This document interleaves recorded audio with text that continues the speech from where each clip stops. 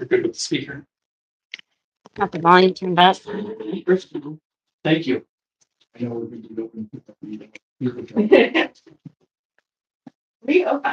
Okay, I'd like to call the IDA Board of Directors meeting to order.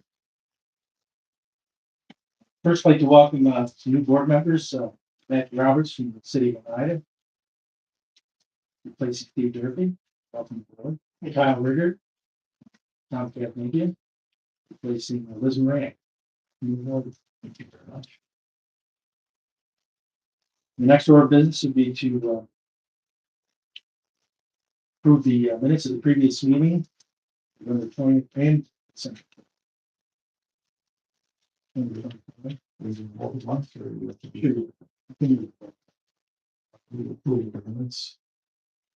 Motion be made to approve the minutes. Second? I'll second. Move the second. Any errors, corrections, omissions, deletions? Not. Favor, signify by saying aye. Aye. Opposed? Carried. Review of financials. Next items in your handouts are our year-end financials. This does not include adjustments. We'll roll through the balance sheet first. We've got two different columns, one for year-end December 31st, 2025, and to give you all a comparison, we've got the 2024 numbers next to it.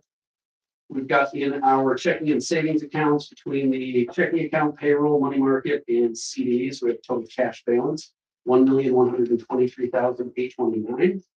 We have deferred outflows referring to our pension, and there's a corresponding deferred inflows on the liability side. But when we add that, we've got total assets of $1,205,989.34.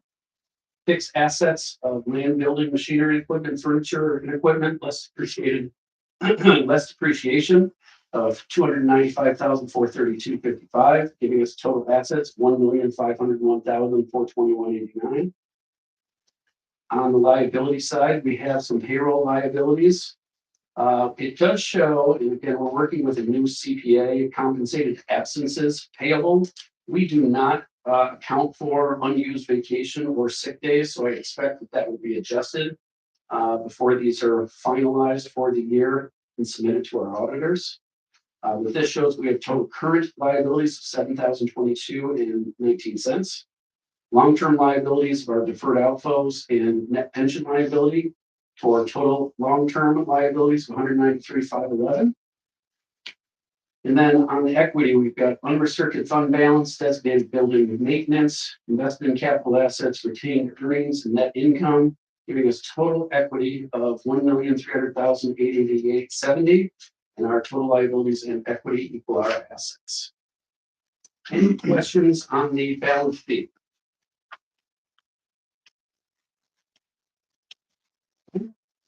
What's our profit and loss? The next page.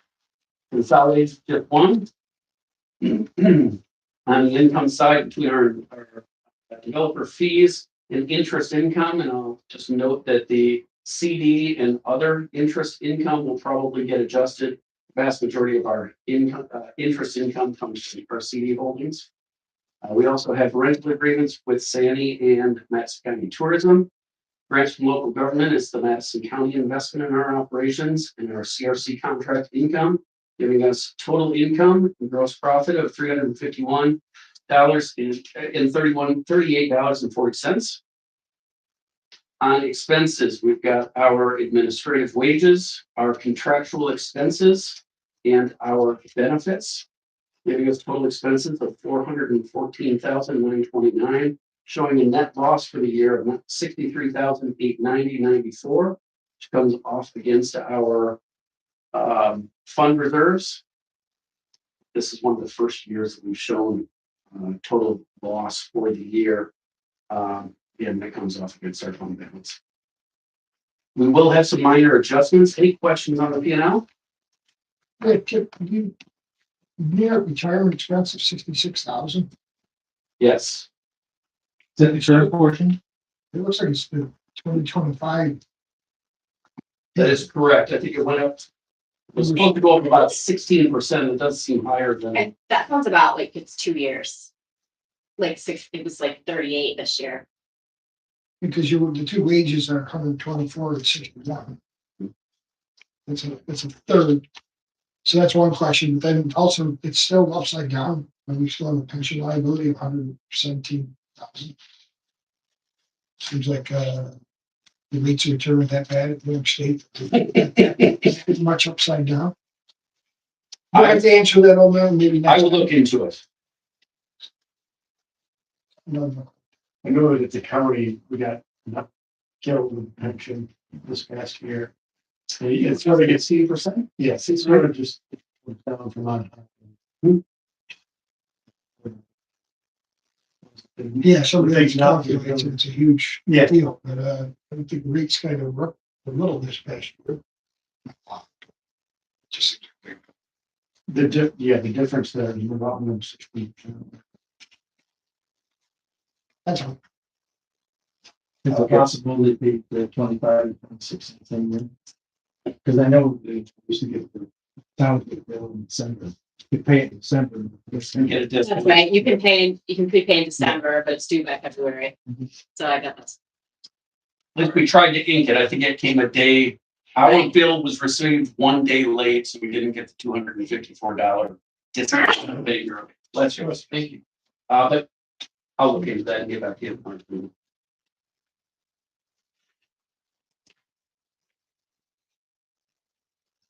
Need motion for those. Once approved the financial report? I make the motion. Steve Harvey. Second. Second. Russell Lee. Any further discussion? Not all those in favor, signify by saying aye. Aye. Make it close. Yes. Change. So these are appointments by the IDA board of directors to the EFC. Is that a board? No, it's so just for new members, the Madison County IDA is a public benefit corporation. It's the board that we're sitting on that. But we also help to manage through our Capital Resource Corporation, the CRC, which is a county nonprofit. Primarily, that agency was established to provide or have the ability to provide tax exempt bond financing for nonprofits, hospitals, colleges, and the like. We also created a third local development corporation called the Grant Facilitation Corporation, the GFC. The GFC holds some money that we lend, and it also allows us to facilitate grants. So for example, there is a Restore New York grant in Poolville, which we recently loaned funds to because the money is a reimbursement from state agencies. So they're borrowing for 30 months so that they can do their project, spend the money, show reimbursement, get reimbursed from the state, and then repay the loan to the GFC. So the GFC is simply a local development corporation, and the IDA board, the CRC board, and the GFC board all mirror one another. We have similar reports to the Office of the State Comptroller. Not to confuse things, but simply put, one of our normal responsibilities is to appoint new members to the local development corporations. The GFC. That's an IDA function. The CRC is a county nonprofit, and the county will need to do that too. So if there were an action, I would recommend that a motion is made to appoint Kyle and Matt to the GFC also. I'll make that motion. Moved by Steve Harvey, second by Russell Lee. Roll call. Ritter? Rieger. Sorry. I'm sorry. I'm sorry. Hi. Potter. Laura? Roberts? Yeah. Now it's Catch on. motion carried, thank you. The GFC was the one we did to be able to get. Yes. Keep that last. So one of the first actions that the GFC took was to take money that the county had as part of the revolving loan fund that had been in limbo. It was money specifically the Ferris manufacturing project, in which they received a community development block grant. And after they fulfilled their obligation of job creation and capital investment, half of that money was repaid to the county, which typically makes up the county's revolving loan fund. At the risk of potentially losing those monies, we defederalized it, and the county simply gifted it to a similar economic development type organization, and we administer it in the same fashion. Using, for the most part, the same rules and regulations, but the money is protected from being swept by Office of Housing and Community Renewal through their library program. Say that right? Yeah. We've never been, we couldn't use it at the county. Jeff, because it hadn't been defederalized, so we had to have specific projects. We never come up with it.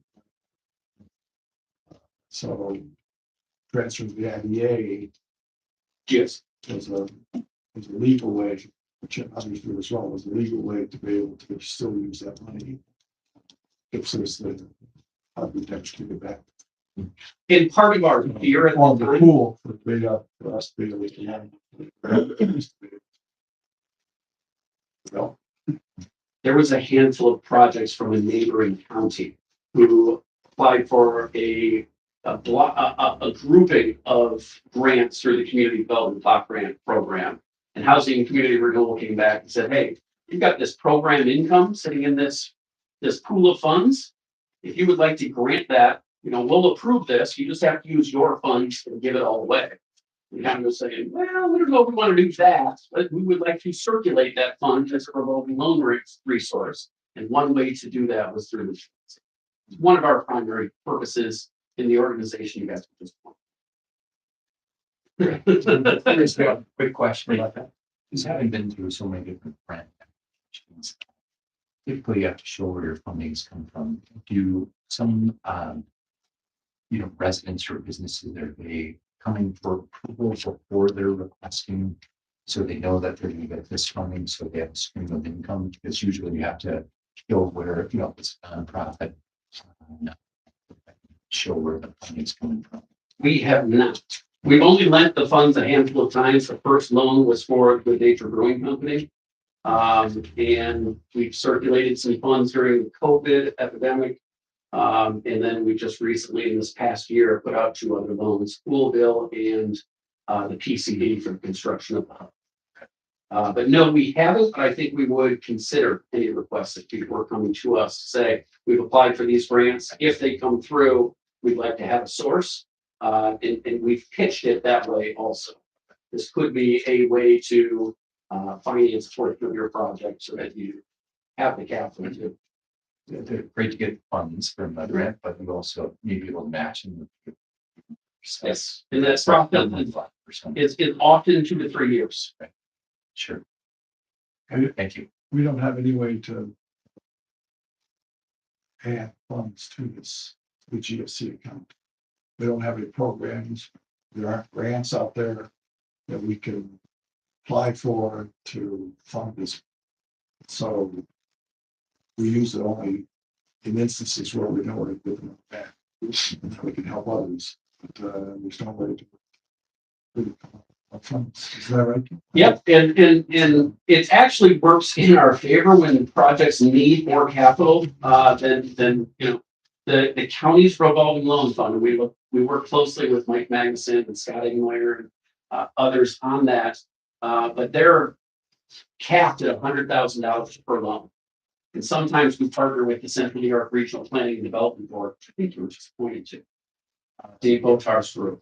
They also have a revolving loan fund based on program income from a block grant. So this is a third source. So between the 3 of us on these last 2 projects, the PCD and Schoolville, we've been able to capitalize on $300,000 in loan funds to help those projects.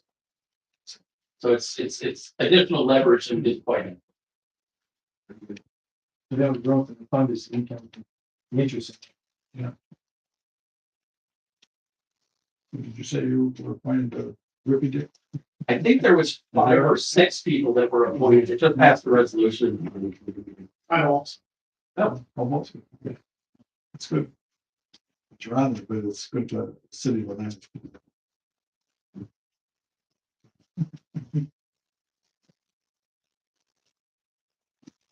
I'm a resident of the city of Oneida. Quasi representation, yes. Kenwood Station. Right, it's the old post office. So we do have some committee vacancies and some nominations. That's our, if you willing. So, Kyle, Rieger. To the governance committee. Matthew Roberts to the finance committee. Was planned to the audit. Not this, Evan Schwartz. to the audit committee. Okay. And is noted that. Evan, governance and.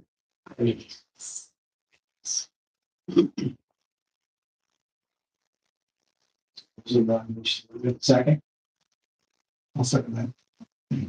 Further discussion? No, roll call. Reaver. Don't say no. Hodge? Yes. Laura? Yes. Roberts? Hi. Bartos. Motion carried. Thank you all. Yeah, appreciate your service. Oh, we did get some of the We did. CRC, that's gonna be for. Yeah. Florence already. It has not been, I encouraged Evan, and it just kind of got, it fell through the cracks, with the end of the year. In But the authorizing resolution, did not, we only stated on the, an appointment to the IDA board. but the resolution created the CRC, that the ID is the CRC board of directors. No, those board of directors, so the mirror of the IDA are still a separate appointment from the board of supervisors, serving at the pleasure of the board. I mentioned it to Meyer and said we might want to get it on the agenda, and he said we'll deal with it in the new year, so. Second, directorship. The first item we have is the Economic Development Strategic Plan. I think everybody has been has seen, or this has been circulated by you on a few occasions. The good news is, the next handout is, we applied to Empire State Development for a feasibility study and strategic planning grant. That grant has been authorized by New York State to the tune of $50,000. And one of our tasks today is to just simply pass a resolution authorizing us to accept that grant. But I would like your eyes on the RFP first and foremost. And I guess there were comments from Evan in looking over the strategic plan. I don't know if you folks got it. It came this afternoon after lunch. But she had asked us to reassess or develop a new county vision, mission, strategic goals and objectives as outlined in section 5A. Make sure that they reflect today's reality. She also pointed out strategic goal 5C, make sure that it accurately reflects the county's goals today. She was asking if the county's housing strategy, which is being developed by the guidance of the county health department, in the analysis of constraints and strategic goals of the economic development strategy. So she'd like that included, but I will ask for clarification. I haven't been able to speak with her. She's on vacation and out of town. But I don't know if she would like us to hold off on the RFP until after the housing strategy is completed. I can't imagine that she would like that type of delay, but I don't have clarification on it. And then she lastly asked if we could have a SWOT analysis performed of the current IDA, our structure, operations in light of the new economic development strategy. Evaluate the number of businesses attracted and or developed and the number of jobs created by the IDA in the last 10 years. That last part is something that we do document. We are required by the state through the Office of the State Comptroller and the Authority Budget Office to report on the Public Authority Reporting and Information System, our PARIS system. everything from all of the projects that we have incentivized. Job creation, capital investments, if it's bonds, debt payment principal on those bonds. And we do it for all three organizations, the IDA, the CRC, and the GFC. I will inquire with Evan, try to get further clarification on what she would like to see. I fear that the workload being requested in the RFP is extensive. We anticipated roughly $100,000 budget to have somebody update our strategic economic development plan. Russ has been the first to say, I don't think we're gonna get done for $100,000. We've allocated additional monies from the IDA budget in our contingency line item to help account for potential cost overruns. But until we issue the RFP, we won't know what consultants might be looking to charge us for an update. But I would appreciate, I can't imagine that anyone's digging through it now, but any additional comments, any thoughts, anything we're missing, that we're missing or overlooking that would be important for our agency, for the county. The original plan was written in 2012 and updated or published in 2013. And it gave recommendations from what Madison County and the planning department, the IDA, tourism, agriculture, economic development, what areas that they ought to be focusing their attention to seek the most value and to help us to grow in a strategic way. Even as chair of the planning committee last year, came out adamant that plan's long overdue to be updated, especially in light of Micron, Wolfspeed, Chobani, and other multi-billion-dollar projects that we're sitting in the middle. And I don't disagree. I think that was the first response was, we'll take the bull by the horns. We'll plan to update that plan. We put together the draft RFP. We've made several adjustments to it. We've sought advice and guidance from David Botar from the Central New York Regional Planning and Development Board. Even with Evan's comments today, some more things are trickling in. Love your thoughts and feedback and comments. I would say, well, pretty What is it, SWAT? Strengths, weaknesses, opportunities, and threats. Little marketing term. we talked about this a little bit before, but having just even in the southern half of the county, just being mindful of all the opportunities that are coming, because we hear a lot of the big names, you know, with the Microns and Chobani's, but there are so many medium to smaller size companies that will be ancillary to those businesses that those will be able to attract. But I think housing has to play a part of that too, because in our area, we have limited housing inventories to be able to offer, you know, and then transportation, especially in rural county, becomes an issue. You know, that I think just working in clean fashion, we see the number one issue in the state is being hire and retain a workforce. So I think that all needs to be part of the consideration. It's a struggle element. Right. And the other, and I don't know how this weaves in here, because one of the things that we've been pushing at the county and right in the middle of it is the broadband. And how is that weave in here is how can we use that as a lever to bring more businesses, especially to remote areas where, you know, 2012, you know, versus 2026. Now you could build a business in Georgetown, and it could be on the internet. It could, you know, you could connect to the internet. You can sell your wares. You can build any kind of business if you have the ability to connect. I mean, that's a huge real gap that we. The other one was, and I don't know how this weaves in here because you did mention Chobani being his own.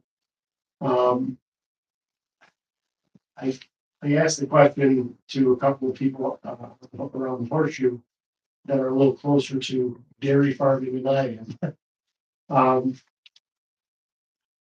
these guys, are gonna need, they're gonna have to go outside of New York State, you know. The reality is there's going to need to be 25% more cows across the state to deliver the need that Trelawney is going to have. How does that, so will that be part of the discussion as far as, you know, how, because, you know, southern Madison County is home to some smaller dairy farms, you know.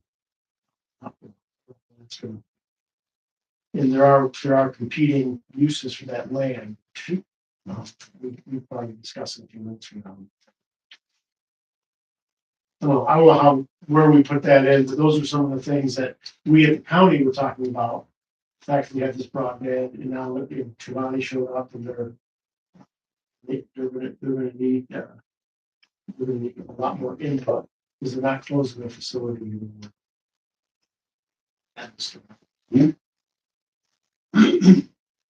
So I don't know how that leaves in, I'm just throwing things out there. Nope, I made note, Robert's infrastructure, especially broadband and how that's going to help economic development in rural Madison County.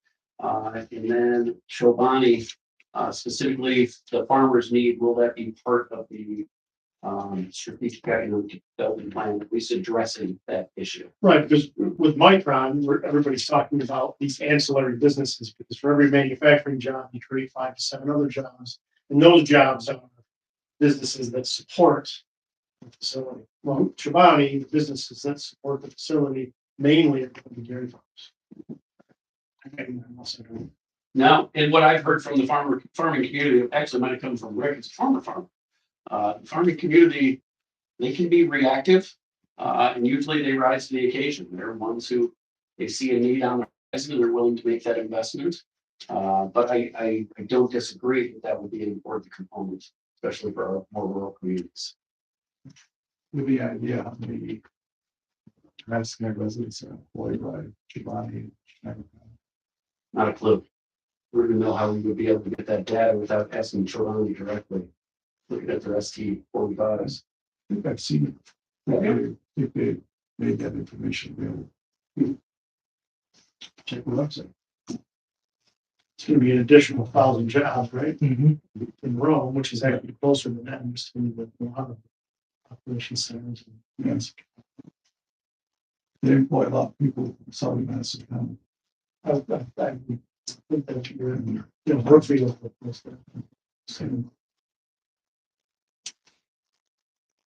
So there is, I don't see anything about broadband here, but there is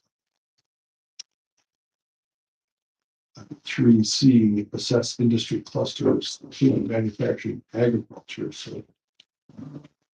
And it does mention specifically Chobani at that point.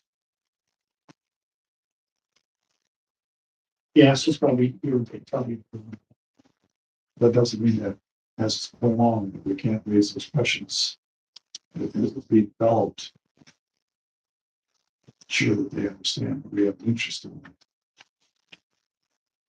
it. Not just northwestern part of the county.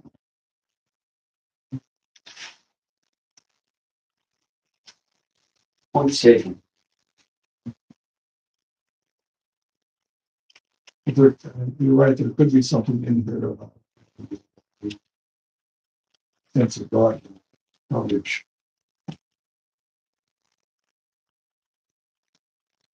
The effect of that is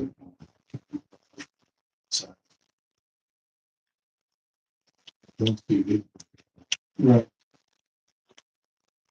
You know, everybody's sort of been sort of noodling around, how can we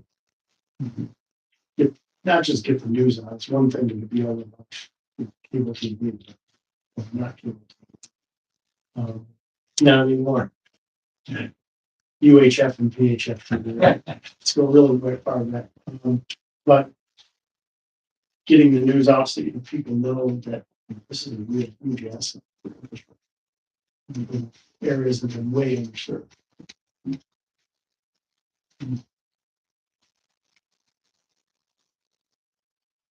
But just ask if you do have any additional comments we haven't discussed that they should be included.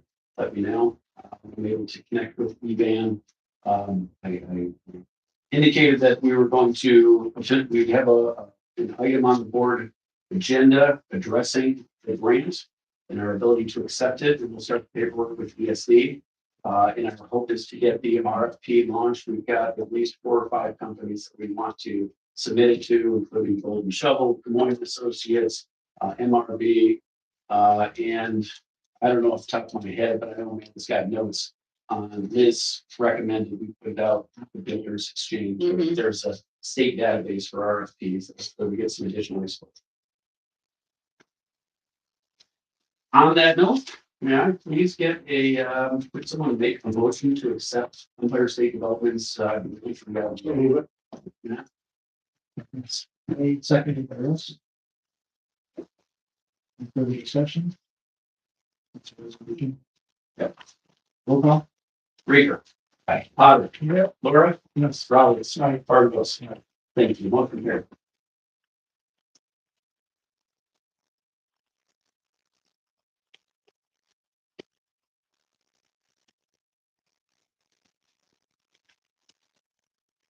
Next on our agenda is consideration of our newest application, and we've got representatives, but just for a quick overview, the Hoffman Falls Wind LLC project, proposing $100 million, or excuse me, 100 megawatts commercial wind energy facility in Madison County, spanning over the towns of Fenner, Nelson, Smithfield, and Eaton.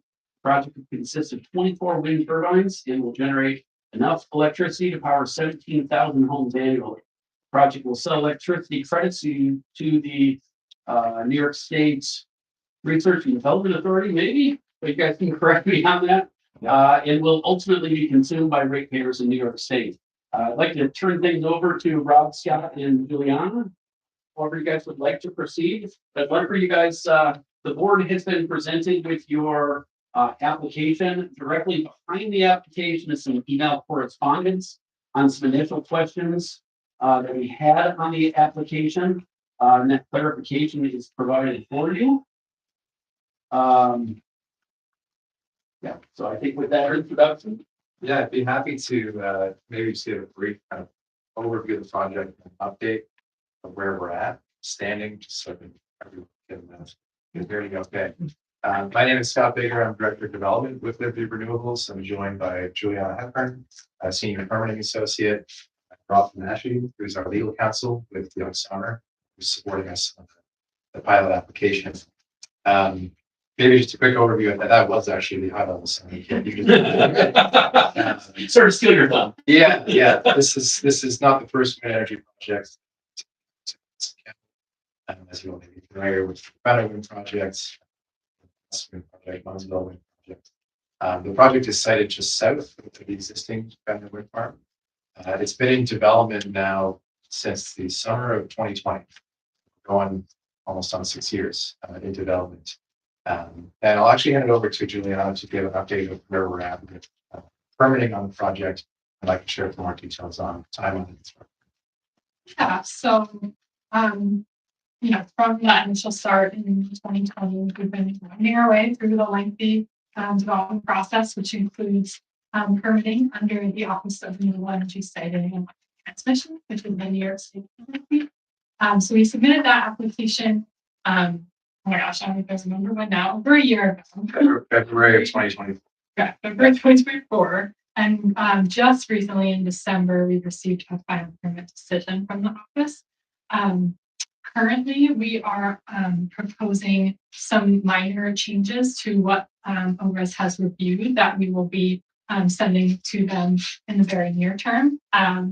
Nothing in terms of, big shifts, but just some minor things as it relates to federal permitting nexus. And yeah, from there, I don't know if you want to go into next steps.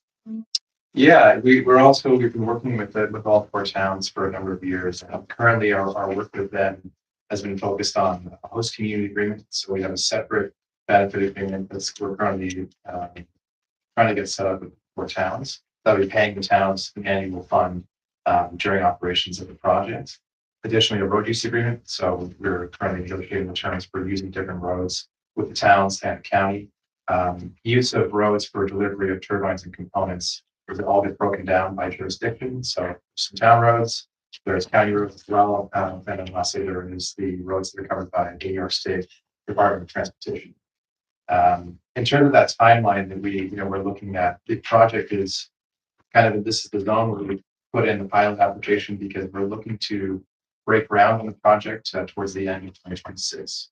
So timing wise for us, what that means is going into the summer and fall is when we're going to be lining up a lot of major contracts. So that's our construction and EPC contractors, our high voltage contractors, they're starting to procure major equipment. So there's a number of long lead time items, including the wind turbines themselves. So those are about an 18-month lead time, as well as, we're going to be procuring quite a bit of steel as well as cable for the project. And so the pilot application, that's why we got it in just for the holidays, because we're looking to seek that financial relief from the pilot in order to lead into the procurement that's going to be happening later this year. Construction itself takes about 18 months. So we're hoping to have construction of the project finished and project be operational in 2028. There's some seasonality and swings in there. When it comes to constructing a wind project, you are working against the elements, and where we have sited the project, it is extremely windy. So if you can imagine, you got your crane, then you're going to be putting up the turbines. There's just some days where you can't actually operate the cranes, but you have to try and account for that in your schedule. And that's our current schedule right now. Really, we just wanted to, be present at the meeting and ask or answer rather any questions that you might have about the application or the project itself. Go ahead. Oh, no, nothing. Yeah. You don't want to hear from me. Yeah.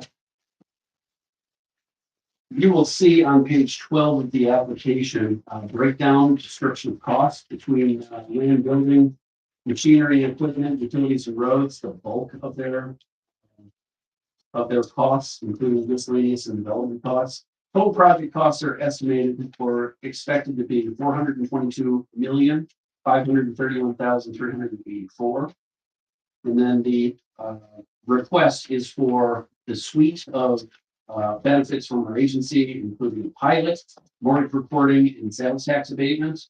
The bulk of that on page 13 of your application, showing a request for New York State sales and compensation use taxes, $15,821,73.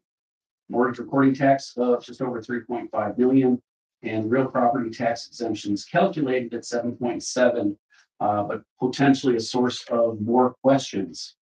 The back of your application also includes the cost benefits analysis, which is really just transposing a lot of the questions from the application, that gives a further breakdown. The last few pages, CB 1 through CB 8.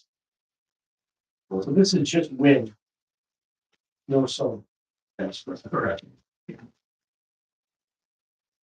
And we did pose a handful of questions. It should just be your next handout. We'll try to keep those in order, but it's got a small spreadsheet. I see it's got a picture on the top. We posed a few questions so that we can compare the pilot request to what taxes would be paid without the pilot. Can you share with us your calculation for the New York State Real Property Tax Law 575B for assessment purposes?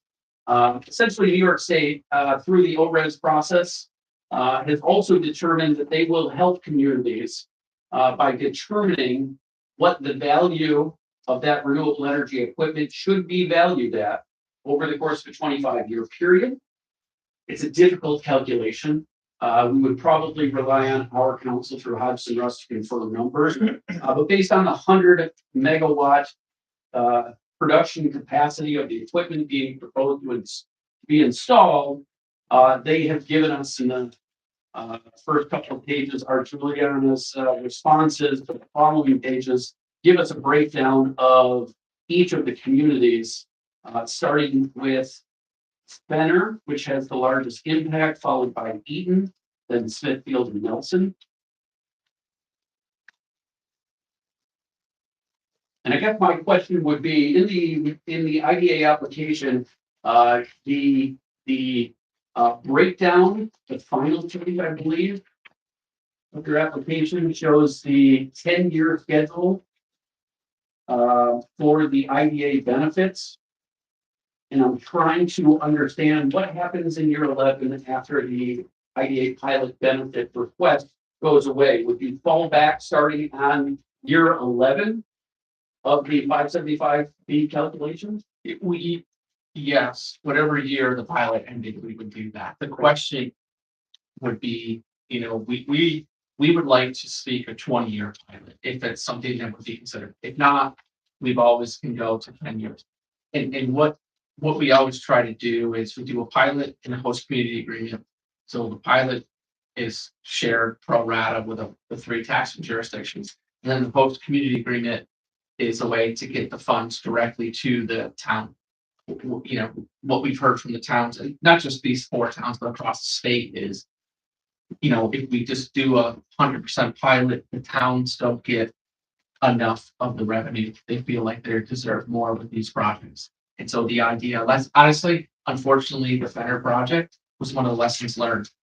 It's one of the first ones, and most of the projects after Fenner, Munsville, no, because that was a different one, but most of them have a pilot and a host community agreement rather than just.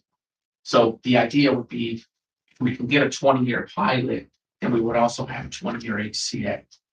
However, if the board only wants 10 or 15, we would do that. But to answer your question, I don't remember, I apologize. I don't know what we provided to you guys with that. I can send Shannon to the 4 things, right? The assessment model, and then a breakdown of the taxes over the 25-year period. We have that. Okay. Yeah, you add the breakdown. Yeah. Okay. And so with that assessment model, it's an Excel spreadsheet. And the Excel spreadsheet it has a 25-year period. And when you change the commercial operation date from year 1 to year 2 to year 3, the assessment or the assessed value, I should say, fair market, it goes down. This is the income approach. And so what I do is I run the model for 25 years and I figure out what the fair market value is. And then I assume the assessed value doesn't change over 25 years. And what I'm also doing is assuming the tax rate doesn't change. Because what we know is if the assessment changes, then your tax rate changes. But if you keep both the same, it's a good conservative assumption. And then I'm also assuming the taxes go up by 2%. And so over that 25-year period, that's what, honestly, I think the 7 million is too high because we were looking at it over 25 years. We can update that number if it's not correct. But what we've done is figured out what the difference is between the pilot payment versus what taxes would be. But it doesn't include is the HCA payment because it's still a tax free. So I want to be clear that it's not as if we're paying 7 million less. It's just that some portion of that 7 million would be given to the towns, right?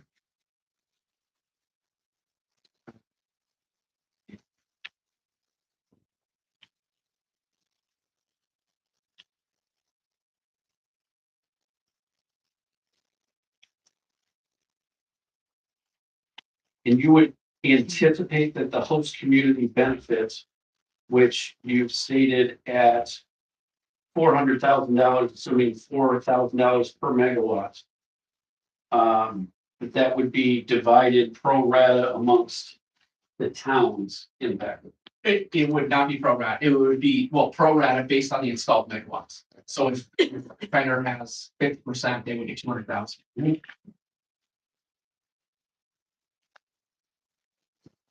Yeah, that's the term.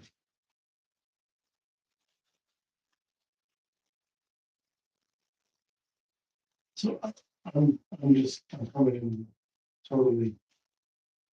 Agreeing with this one thing.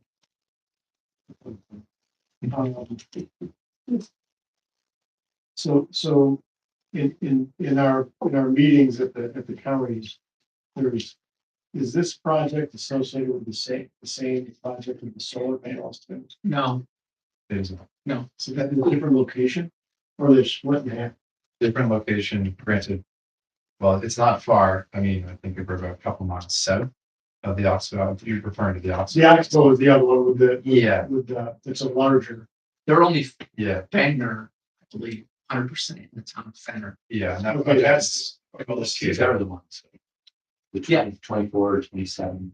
Wind turbines? 24, yeah, 24. But it is, also, is this the project where we're concerned about some communication with that single one system, right? There's some back and forth with the, who's gonna determine, or how do we determine whether it's gonna work or not? yeah, it already got determined by the state, so we went through a pretty lengthy process in the summertime. Where we went through the adjudicatory hearing and both parties, so the county has 911, emergency services departments brought in their analysis, and then, we also had our third party analysis, and the state kind of reviewed all the reports. The issue came down to the one turbine. Yeah, it was one turbine moving it so many feet. Yeah, and like it's currently not interfering, but that was the ruling, is it's not interfering with the 911 line of sight.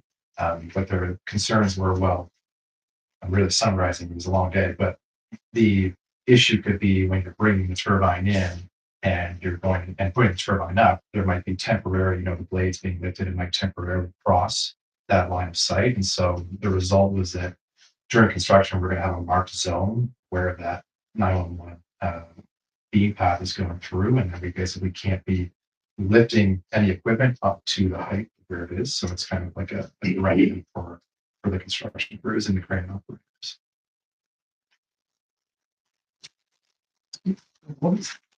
That's I didn't know if this was actually communicated and agreed to.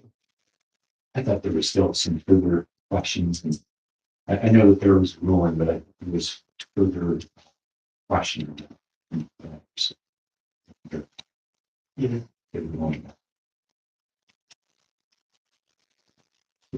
First one. And the year. We picked a new circulate and use. The ORES, environmental impact. I don't believe that I shared it with everybody. How many pages is it? I say 30,000 pages, but that might be my grounds. Yeah, yes. We'd be happy to, When you get the chances. There is a section. yeah, we could provide that for you if you'd like. If you would do that, please, might be a more concise. What I had sent was the ORES sites to Russ, which had links to quite a few different projects and. Yeah, we can share that section specifically that was related to adjudicatory. The setting permit itself only just was released by ORES on December 22nd, right before the holidays. So, we've kind of gone through it, had a chance to go through it, but the package itself is pretty massive. So if there's any specific sections that you're looking for, just let us know, we can point to it. Can you also find us out that it's the draft permit? Yeah. For what's the next process, Julia? Final. It's the final. Oh, Yeah. All right. Yeah. So I would send the final permit to you. Yeah. So, what would be is this draft of this, section here, 32 million total property tax summary, is that what the taxes would be getting rated? No, Pages then? That's from the email. So The Excel, Yeah. they're probably. that's in accordance with 475 or 575 each. Is that based on fair market value? Yes, that's what it is. So that's what the property taxes would be over 25 years. And property taxes, and including all three. There's no opinion. Correct. Yeah, based on the real property tax law 575B. Okay, so it's the state's determination, and then the breakdown the following pages show us what the 25-year schedule would be and the depreciated value, fair market value. Is that my interpretation of Yeah, that? but see, the thing is this, when I think of depreciation, I think of when you use a different, the type of model you use. So the model that the state said we have to all use is discounted cash flow. It's an income-based approach. So it's depreciated, but not in the sense of only think of income tax depreciation. You depreciate an asset. because you have less cash flow. And that's what they assume the fair market value will be over the 25-year period. They're not based on production capacity. It's based on the discounted cash flow. Yeah, how much cash, yeah, exactly. Yeah, thank you. Does that help, Russ? It's your basic, but this, yeah, it's based on the model that they would need to go from what New York State is dictating, how you appraise these and the tax income that would come.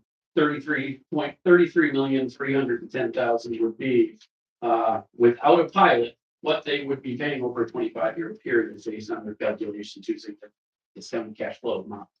Under that section, how often is it adjusted? Every year, and so we're gonna be looking for a new model for 26, probably in March. It's supposed to be based on the weighted cost of capital, which is updated every year, but, the one thing that, so the industry this is, Shannon knows this too. The industry thinks the income is too high and the expenses are too low.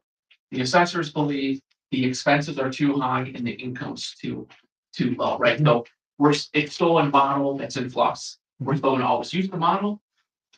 So I say that to you because normally it's supposed to be just that weighted cost of capital changing. But I think over the next 5 years, we're gonna have better numbers as the income and expense. So who establishes that? It's a state agency. Tax and finance. So their actuaries put that together and they tell you what the formula is for that year. Yeah, Or they Our have, assessor. but it's not necessarily an actuary. It's they use a third party. I think it's called Leviton. Shannon, you can check with Dan Spitzer. I'm pretty sure it's Leviton. They use a third party consultant to help determine the income and expenses that they're supposed to. If this chart of 33 million with taxes, you would have paid without the pilot. What's the next page? What are these?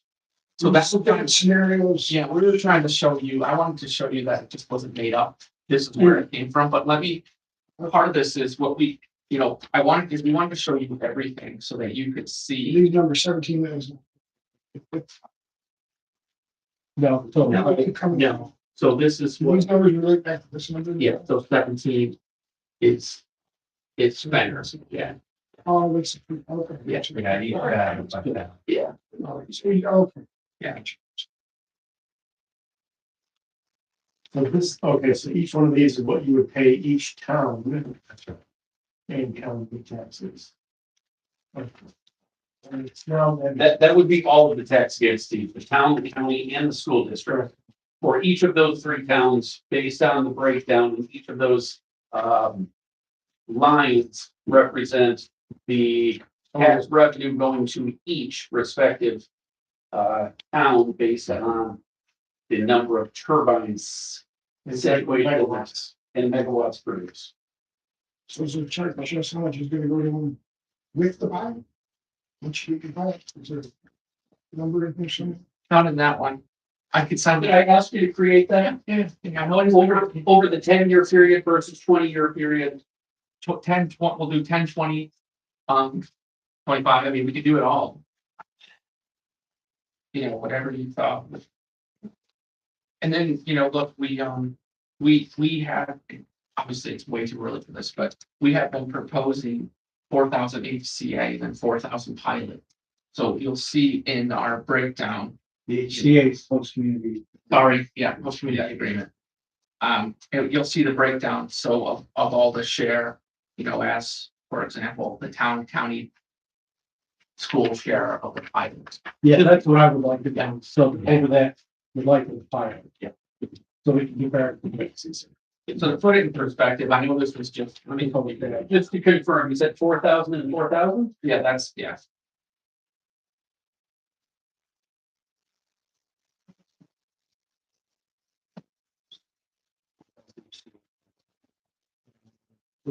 for the previous. Were you involved with your reasons? No, we're not. We're a lot of that's not. So the benefit payments. Significant. To the town of Fenner. In general, isn't it, Rick? I'm sorry. 4,000 significantly less than what we. Yeah, I think there was over 5,000. Yeah, I think month was even 6. Can you double check? Because I'll tell you what we we've been to the communities and we all know that there's some things going on with the communities. They're telling us that they don't have any host agreement. They don't have a host agreement there. They only have a pilot payment. And so typically towns don't like pilots because they only get the pro rata share. Yeah, they don't have a pilot. It's a health scheme. They do have a host agreement there. I'm here to say, they may be calling the pilot. Yeah. Previously, the pilot. You could assign a pilot to one, and it's not, it didn't have to be divided by four. Okay, so, isn't that right? Okay, that they used to be able to assign it just to Fenner, it didn't have to be divided. I think When with you your, say that's relatively recently changed. the IDA wasn't a party to any of those, and the Federal agreement occurred before my time here. And I've been here almost 19 years. But as I understand it, 487 came into play and the county said, we're not going to opt out. The town is going to get the impact. The town ought to receive the rent benefit. And that's the impression that I had. I think that now if you have a pilot, it has to be distributed for tax. That's the way it always works. The pilot always has to be. It's the whole community benefit that has differed. Anyway, it seems less than what it was previously. It certainly hasn't been adjusted for inflation. So what do you see, sort of the general question, what do you see the benefit of this things? Not towns, to Madison. Yeah, I mean, I guess out of the gate on the project fee that the IDA would be collecting the 1% on 420 million of our capex, which is 4.2 million. That's the idea. That's the idea. Yeah, on the So I county guess side, our fees, which. 1%. We only employ 2 people. yeah, I mean, the jobs that during operations are not really high. There's a ton of jobs during construction. So that's, And where will they come from? Can they go to maybe Hanson from Iowa or? no. So we're working, right now, we're working with a New York-based construction company that, well, the Weston Group, they currently construct most of the wind farms in New York State. They've been doing so for about 20 years. They source the majority of their labor. They try to do, as close to the projects as possible, but it's all. In general, they would not be Madison residents, unlikely to be. There would be a percentage of Madison County residents, yeah. On the construction. On the construction, yes, yeah. Folks who, I use a good example, like folks who, for the permanent full-time staff, you use the project in Fenner right now, for example, that Manel is operating. They have their operations and maintenance building kind of right in the middle of the project. The guys who work there, they all live in Madison County. Yeah. But like, as you mentioned, it's only a handful of people. I would say you kind of get into the ancillary, and it's interesting. We're bringing up, Chobani and dairy farming and how the county is going to try to service that.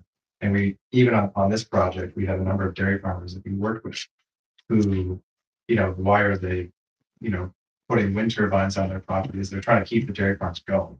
Because their issues are, well, who does our farm go to next? They've got kids that are maybe at stake that aren't necessarily going to take it over. They're trying to find ways to keep dairy farming. And so Giovanni is a great, option for that. But this is, having a wind turbine on your property, you're not going to retire and get rich, but you are going to have supplemental income on your farm and continue farming. So that's a big draw for, the folks we work with. The project's got about 42 families who are directly signed up and getting some form of infrastructure from the project. I actually included a couple of documents which would be the final pages in that application. List of landowners. It gives the list of landowners, and I did have mapping at Madison County was able to take those tax ID numbers and show the disbursement throughout. Yeah, and lastly, I would add, there's obviously from the pilot, there's contributions to the school districts. So you've got Casanova School District and Morrisville School District, and then otherwise, host community agreement is fund going directly to the towns. That's going to be about 400,000 a year between the towns. It's up to their discretion as to how they want to spend that and use that. But those are the other sort of annual financial investments that are coming from the project. I mean, look, I know the county budget is large, right? Like if over, and again, this is older, so this is 25-year pilot. Over a 25-year period, this project would bring in about 2.4 million in county, in pilot payments to the county. There's no pilot pay. I can get that number too. There's more. So here's the interesting thing. It was hard to show it. In Fenner, you're right. Okay, because of the tax rates. In Nelson, the total taxes for all jurisdictions is 1.3 million. The pilot HCA payments is about 1.28 million. And that's a rounding error over 25 years. We don't know. It could be more, could be less. And then in Smithfield, it's 2.8 million versus 2.3, a little bit more. So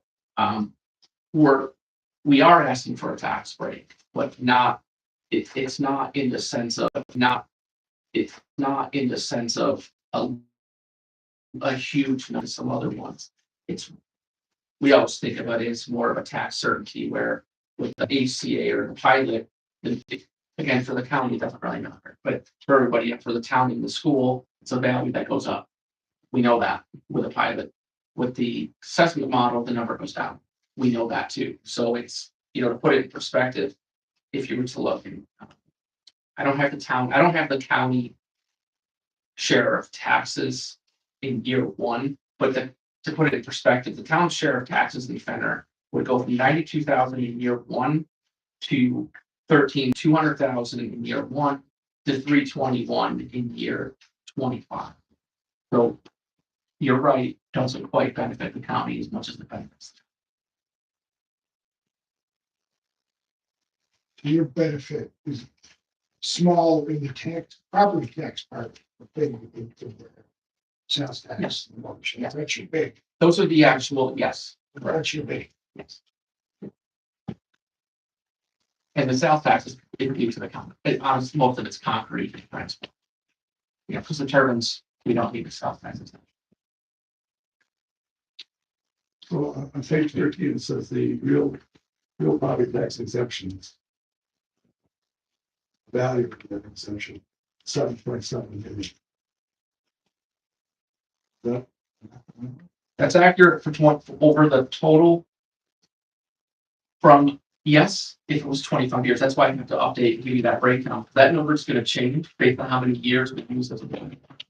that's for all the taxing entities. County and school, yeah. You will save only 7.7 million over the life of the project. Yes. The way that it's stated, it's the Sales sales. tax, and it doesn't seem big. But in years 1 through 10, it's 9.7. The total is 27. But in years 1 through 10, To pay taxes, you pay a lot more in taxes in year 1 through 10, for sure. We normally ask for a 20-year pilot, for us, but also because it benefits the towns as well, because they can. total taxes that they would pay in years 1 through 10 would be 15,814,000 versus pilot payment in years 1 through 10, 6,084,000.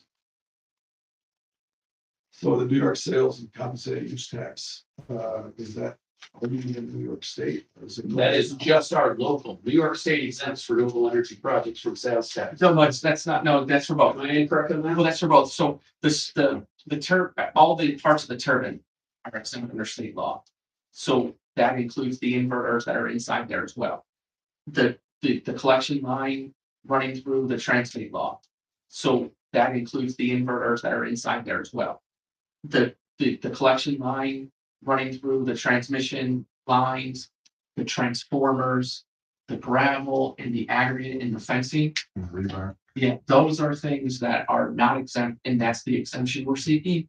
And it covers, we're asking for that exemption for both state So it's and like, county. it's like production equipment manufacturing. Yes, Would be exempt, but Exactly. not the rest. So where that pilot versus tax slips is after year 10. So it's a depreciation And it falls quickly based on the charts that they presented to us. With the tax and all this land, there's no way. Today, That was total 100,000, about half of what the pilot offering for the pilot. So. Because the pilots are double the tax revenue versus Where it's, so it's 225 and 250 versus 500 a year.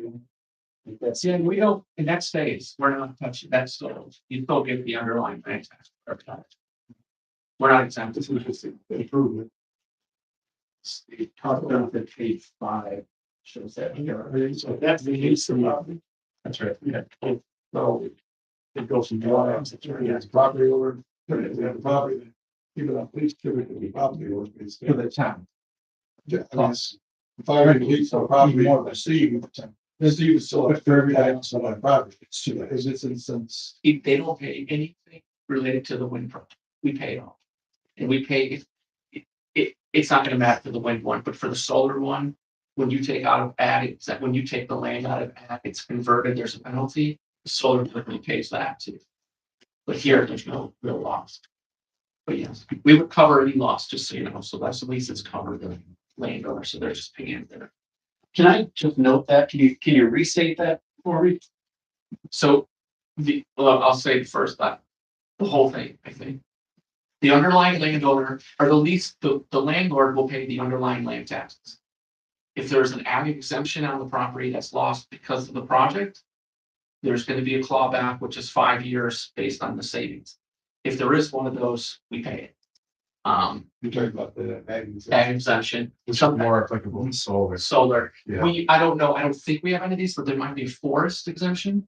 That's what we hit with wind a lot of times. If there's a forest exemption, same concept. There'll be a clawback. We pay. It's happening at your own property, Yeah. everyone's Yeah. out there. So you hold a landowner harmless spending. Yeah. Yeah, that's an easy way. We're not, and the infrastructure is not taking up for the wind project, the infrastructure is not taking up so much acreage that, you know, properties that have an ag exemption are actively used for ags, they're not losing their. ag. They only lose that footprint Yeah, but it's anywhere from half. and a roadway. And this is not the project, I'm saying, get this all mixed up, because I'm not as involved in it as you guys are. So it's kind of city of Medicine. This is not the project that's coming in forest. That's it. There's some trees, Some. but it's some. It's not like 150 acres. This combined with the other, I think you have 33% of the vendor lands. So we lose. That's what Dave was talking about. Okay. Just quick, this is more of an engineering question, you guys, if you notice. So 100 megawatts is the nameplate capacity. Mhm. Right? What is your expected capacity factor? Versus what is the capacity factor? of the existing capacity? You guys know that? Yeah, that's me one or that. We don't. I know this, very generic. The old ones are probably spinning at less than 20%. Because they're old. I don't know if they know. They're old and they're short. Yeah, I can get like a general, if it helps. I mean, in terms of the exact calculated capacity factor that we're looking at, it ranges by the turbine models that we're looking at, and that And it number. ranges by month, because some months are doing one. Yeah. But the average that I'll go, I'll say the average in the US right now of install is about 30%. But that's a lot of older turbines. Newer turbines are taller, have larger rotors, and just better technology overall. So in New York State for, you know, the newer projects, you're ranging capacity factors from 35 to 50%, depending on where it's located. Relative to other generation. And that's that. Okay, and that is a 365-day average. That's right. Yeah. Because the existing for NISO, the New York State NITRA, there was a study done a couple of years ago, and the nameplate, the capacity factor in central New York was somewhere between 15 and 20%. Which That was probably was what Rob was saying, yeah. Right, so you're gonna add 10%. Yeah, if not more. I can't give you the exact number for, you know, what's estimated, I but think kind of 17%. Is that, number. so you, that 17% is what the What the, actual, yeah, about, the output, because you can obviously. like, I think at 1.5 megawatts. Yeah, turbine is 20 years old. Yeah, well, those were repowered. Yeah. So basically what I'm at, so the point is that this 100 megawatt wind farm is going to put out 35 megawatts per year. I would go a little bit higher than that, but that's about right. I mean, for comparison, the average combined cycle natural gas plant that's making electricity, they're at about 50 to 55% capacity factor. They're in the seventies.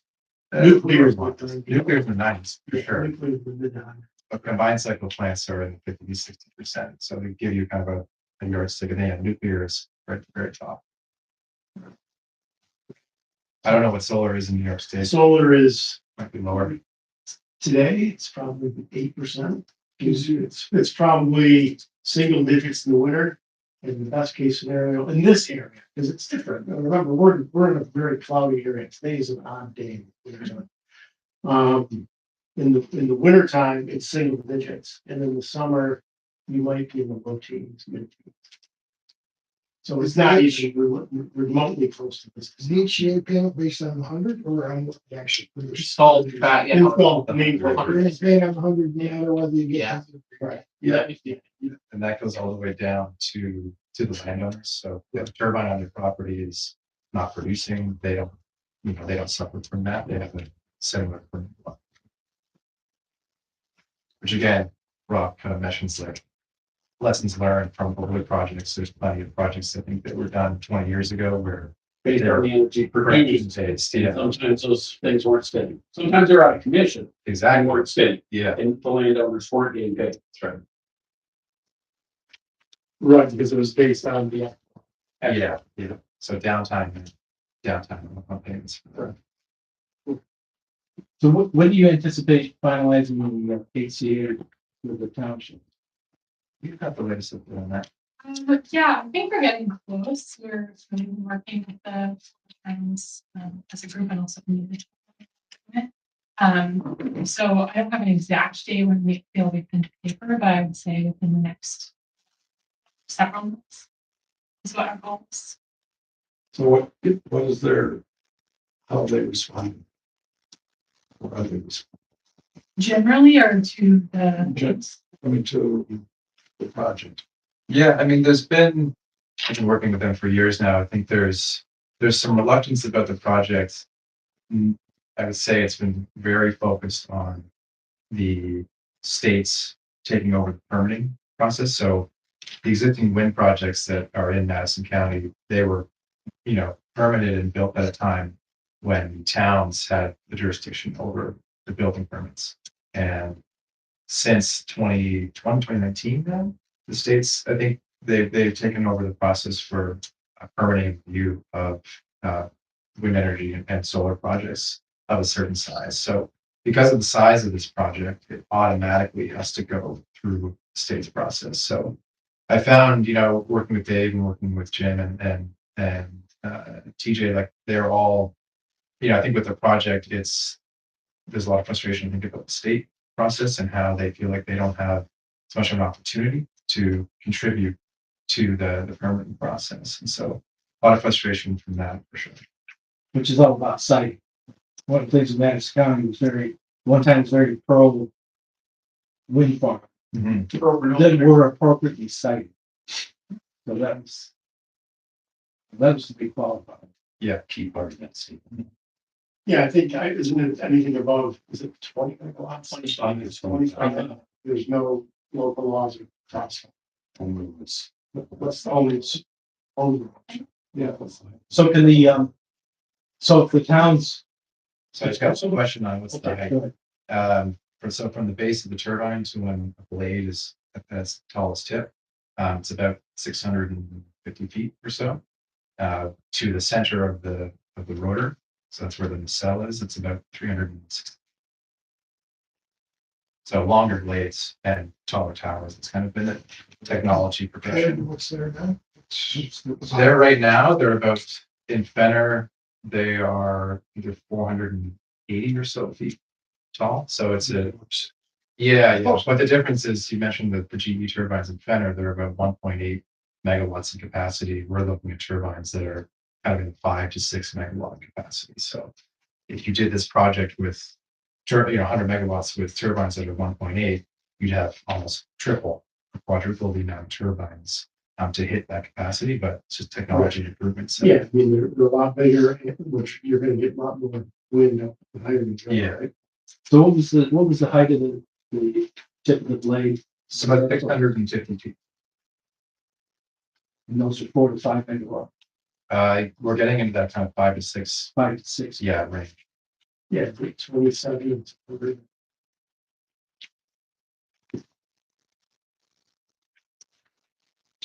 So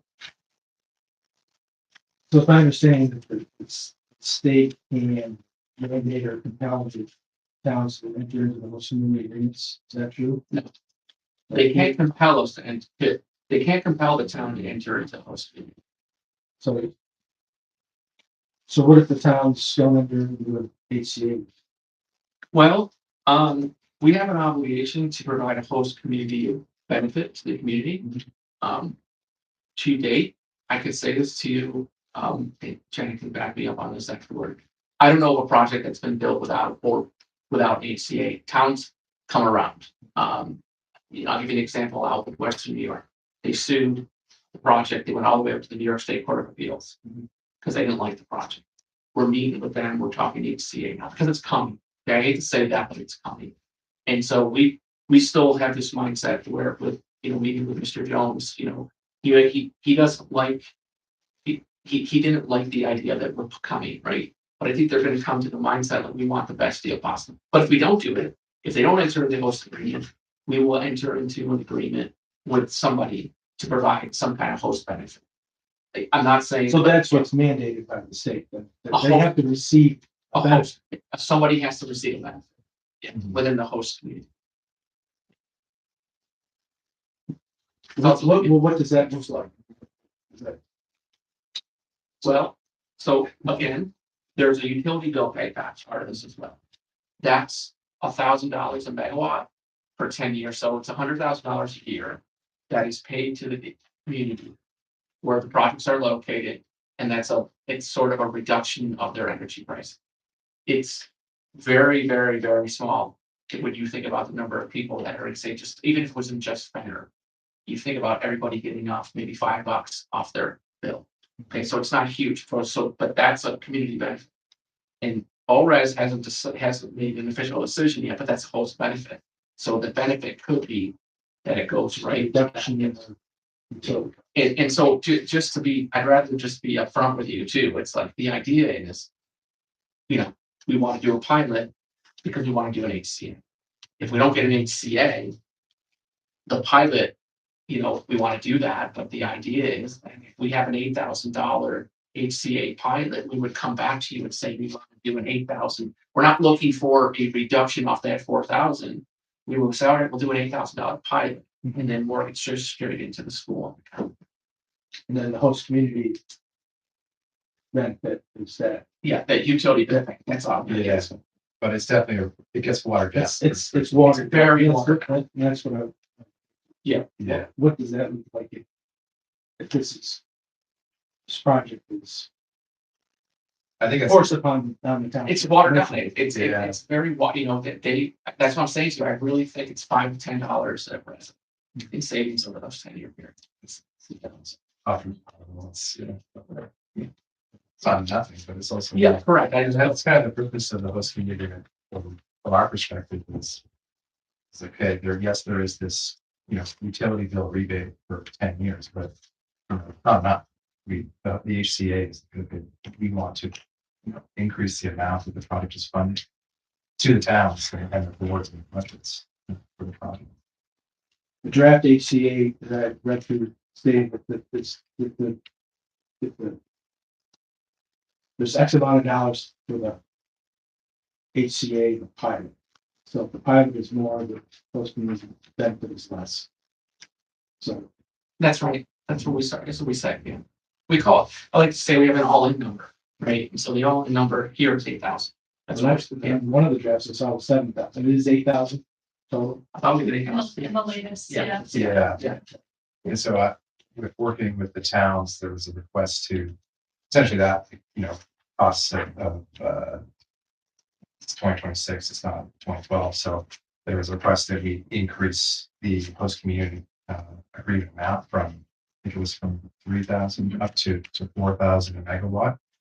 We looked at that, we can agree to do that. So that's how that all in amount is at 4. Sorry, the 8 in total. We're proposing $500,000 pilot. Well, that was because we thought it was gonna be 5. So So that's, this is where we always like to come in and then just have this conversation. yeah, so that's 5,000. That would be 5,000 because we thought it was gonna be that 5 and 3. 3, okay, Yeah. all right. Yeah. So that, so this is reduced, so that's 4. That's. Where was, because Yeah, so the electricity itself, there is, Kit mentioned, renewable energy projects in New York State. They sell through a tax, no, not a tax credit, it's like a renewable energy credit program that NYSERDA puts on. So we had a long-term power purchase agreement through NYSERDA where they're gonna be buying a certain percentage of electricity. And, it usually ends up being at around kind of in that 50 to 60% of electricity coming off of the projects. Otherwise, in New York State, through the New York Independent System Operator, they regulate the entire New York power grid. It's called just merchant, so you're just selling power every day on the day-ahead market. Pretty much the electricity will be used here, right? Because electricity goes to where it's needed. Right, and so. Yeah. Yeah. Yeah, the project, just regionally, the transmission line that's connected to, it goes right up to Oneida and then south of Logan. But there's distribution stops along the way. So it's actually one of the longer transmission lines in New York. It's about 45 miles long. But the power is the size of this project. It's not so large that, electrons are going to get damaged. They'll never make it here. Sorry, New York City. Yeah. So there's like, It's more locally used. there's like, REA co-op that weeds its way through that area. Well, how does it affect those customers? Yeah, OMEC is, I can remember meeting with OMEC a couple of years ago. They buy power from National Grid. Mhm. And then they actually have a distribution station that's right in the town center. So they're purchasing, they get power from National Grid, they tap that same transmission line. So, again, it's, you can't track an electron as it goes through its journey, but logically speaking, we tap into that same line a mile and a half north of your substation. That power, when it goes south down the line, it's going to stop. That's one of the first stops along the way is actually Omec's station. But They're not located, are there Yeah, any but how does located in our town? Fenner? yes, yeah, Okay. So How does it does count? It does. it doesn't because They're not part of the CERTA. not NYSERDA, they're not, I can send you the ruling. It doesn't count for it. I don't know why, there's a different section of the public service law, it counts for the major utilities, but it doesn't count for the rural co-ops. And we found this out because Messina has its own electrical corporation too, and they were worried about it because they didn't think they could manage the utility bill pay. But I'll. So those residents, if this is compelled, by the state to accept this host community, then those customers wouldn't get any, they wouldn't get any benefit. That is correct. so they don't get the That's right. They utility. would not- If they get their power and they get a bill directly from that co-op, they will not get that utility bill.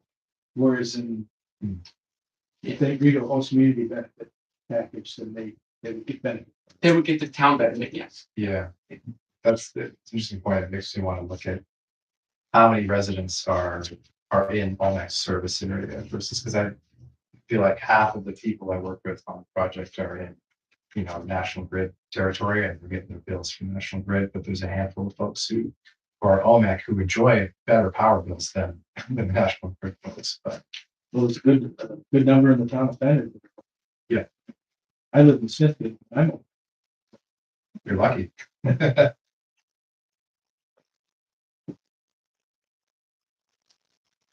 Nelson, I think also has, and he also had all that. They do, not the whole towns, but Yeah, yeah, there's there's service recent area. ways up through all around the county. Yeah. How much would it sell? That is well, this project, it's a good question. We currently we do not have an offtake contract with NYSERDA yet. We'll be doing another auction coming up in 2026. So when we go to bid, we're awarded a contract, the contract price of actually all of NYSERDA's contract prices for projects is made public on our website. So when time comes, we can. But the other portion of it, 40% on the market, the merchant, is decided by the NISO on the every day. So whatever they call it, I don't know why it's called the day ahead rate. Day ahead market, yeah, clearing price.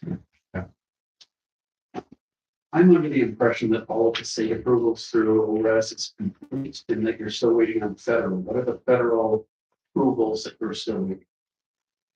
I'll two answers for that. So we have the siting permit from ORES, but as Juliana mentioned, there is some changes to the project. So these are kind of moving of some access roads and adjustments that we're going to be doing under a permit modification, and that's going to be filed with ORES in the next few weeks.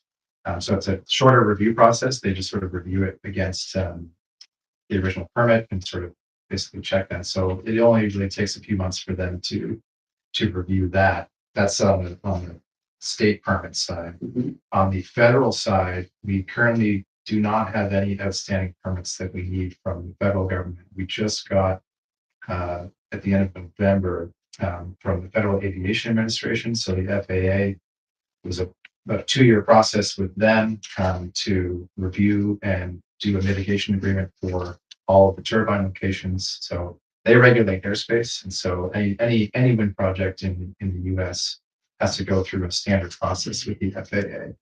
In our case, we're working with the Department of Defense, and so the DoD, we have a mitigation agreement in place with them. So that's all executed, and we got our determinations of no hazard from the FAA at the end of November. So at this point, the permitting side, it's really just the adjustments with the ORES permit that we have. So no, we don't need any weapons permits, right? That's. Yeah. What is the, how much do you budgeted for road repairs? It's already a number like 192 million for construction costs with road repairs were included in that bulk numbers. Yeah, it's Keep that out. a few million. We have a sense roughly of in the budget of what the roads are going to be. No, I'm not road repairs, so like the town, county. Your highway use already. Yeah. It's kind of in that, I would say anywhere from 2.5 to 4 million, but we still have with the road use agreement, because we haven't executed yet. We're working on that with the highway superintendents and towns. We still have some testing to do on the road. So this is just a mechanism of the road use agreement, is that we have to go and do a certain amount of road testing before we actually go and use the roads. And so that's going to kind of dictate what those costs are going to be. So the costs that we've been using are just based on newer contractors that have been supporting wind projects construction and coming up with estimates based on their understanding of driving the roads, understanding what we're going to be. There will be significant damage to the road. You saw that in Fender. That's right. You can see just the road that grows. How many tons of concrete per tower for that?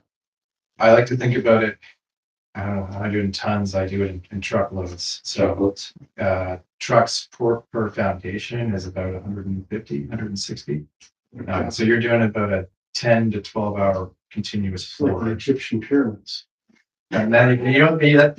I'd say like the first part, best part, but you don't see the foundations. Once they're in, their foundations are all. Only 1/3 showing, 2/3 below, like a. How many Yeah. trucks? About 150 to 160. Yeah. And again, that's a continuous pour. So it's not like you're, 20 foundations over 12 months. You're trying to get them done. It's nuts. What about 3,840? What about road damage on the decommission on the backside after the 25 year or after the useful life? we we're responsible. I mean, Is there a surety bond or something that gives? the surety bond, what we've always done for roads is we have a surety bond before construction. And then once all the highway supers and the county DPW are okay with everything, the bond is released. But with decommissioning, it would, usually we try to get these agreements for life of the project. So it's the same concept. It's not just decommissioning, it's repair, major repair and repower. That we would do the same thing. You would do a pre-survey, see what needs to be fixed, put the bond up, whatever that bond number is, do the work, make sure the roads are okay. We fix them, we don't fix them, you have the bond to fix. So usually they're life project. Those are great. So you had any experience where you've gone to the decommissioning phase? So there's the project, I have the person, but our firm is working, had done some work on that project that was decommissioned here. And that's Done, yeah, they dropped it, so, yeah. But for the most part, not many, that was one of the first to be decommissioned in New York. There are 6 more projects that are going to be decommissioned. And they're putting up bigger turbines there, so not many, honestly, not many. So that's in the host community agreement, the decommissioning? Well, It's in the permit, and then also Rob mentioned the road use agreement. Would basically be lasting the life of the project, including decommissioning, so. But all those requirements. there's that agreement with the town, right? The town's like the agreement with the town. Yes, Yes, yeah. it depends on how the town wants to do it. It could be a separate agreement, or it could be part of the HCA. So let me go back to the company. How many trucks did you say? About 150 to You 160. said it's a 12-hour continuous. flow? Yeah. So that's 150 trucks. Yeah. You got that, you do one maximum foundation, at a time, or you do them all? I don't have a sequencing plan yet for like how it's going to go, but we have it in the laydown yard on the project, which we have a lot of equipment that gets stored as well as construction trailers. We'll have a concrete batch plant on It's site, pretty cool. so it limits the travel distance. Yes, it's like it's. Yeah, it's gonna be, that's basically right on the corner of Stonebridge Road and In the term of the host community agreement, Kind of depends on what we do here. it'll mirror. We want to, Private agreement. yeah, yeah. we try to mirror those. So what are the findings? New sheds. Yeah, like where you're gonna see them from. Basically. We know, north of the local groups. That's the way it's shown. As in they didn't want to see Yeah. more turbines. Yeah, I mean, they're tall, you're gonna see them, there's no Yeah. getting around that. Yeah. But the state in their review, we really did take that. into consideration, even though the towns have it in their master plan, zoning. The state just seemed to be more. Yeah, they pick and choose what they like to focus on in the states. I'm not sure.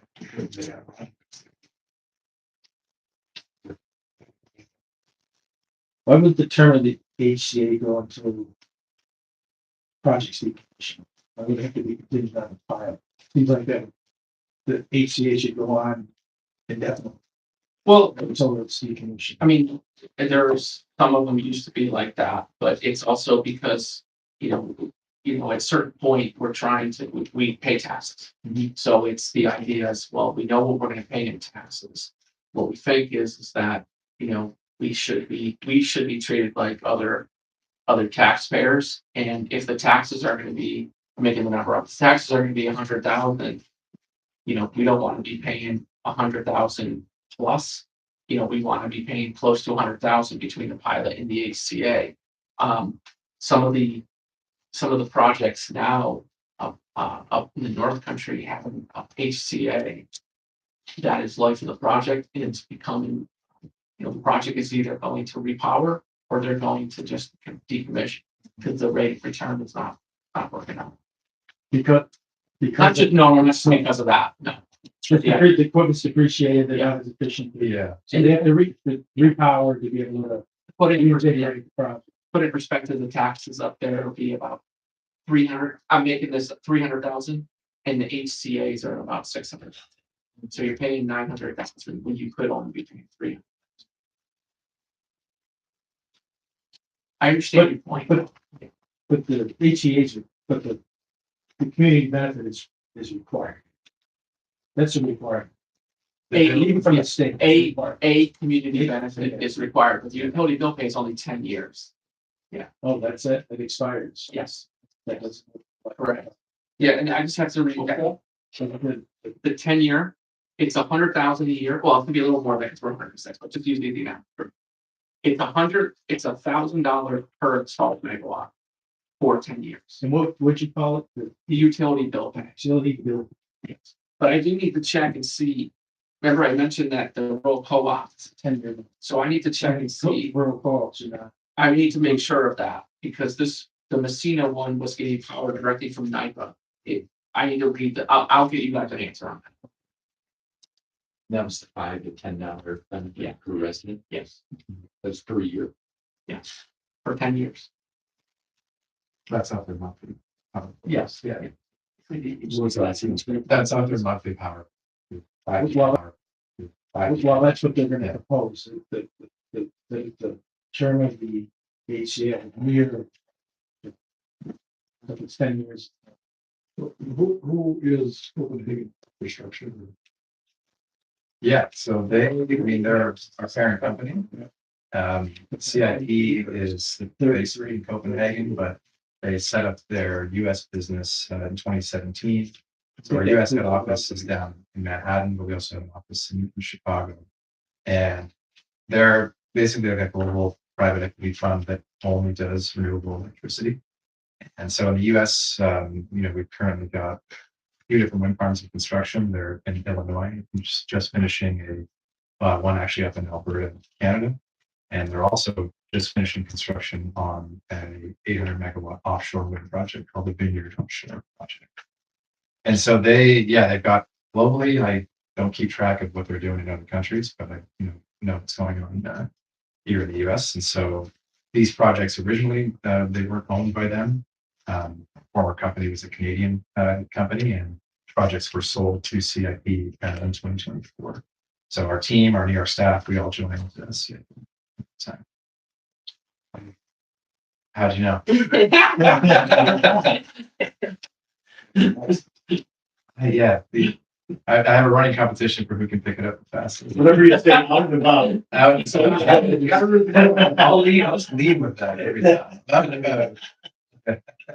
So what about the growth factor? I'm under the impression from a property tax cap perspective, when a company is going to construct new and come through the IDA, typically that growth factor would hit when they start when they construct, but with a pilot, it eliminates that. So you would think that it might come out at the end of the pilot, but even then, it doesn't get added to the tax base. What is the case on 575B? Does it count towards the growth factor for the towns, county, and school districts? I had thought the answer is yes, until I met with a school superintendent recently. He said it does not impact it. It makes it more beneficial to them because the growth factor goes up, right? And it's better for school. Yes. But I can't verify. I've been trying to figure that out myself. I can figure it. I'm going to work on it. I'll need more answers on that. Please do. Thank you. Yeah. So you stated in your application, but for the HC benefits, the project will not proceed. So what if the application request isn't granted? Go back and reevaluate things. Say, well, based on the discounted cash flow method, fair market value assessments, and that you don't have to pay, well, the post community benefit is now 100,000 versus 500,000. 800.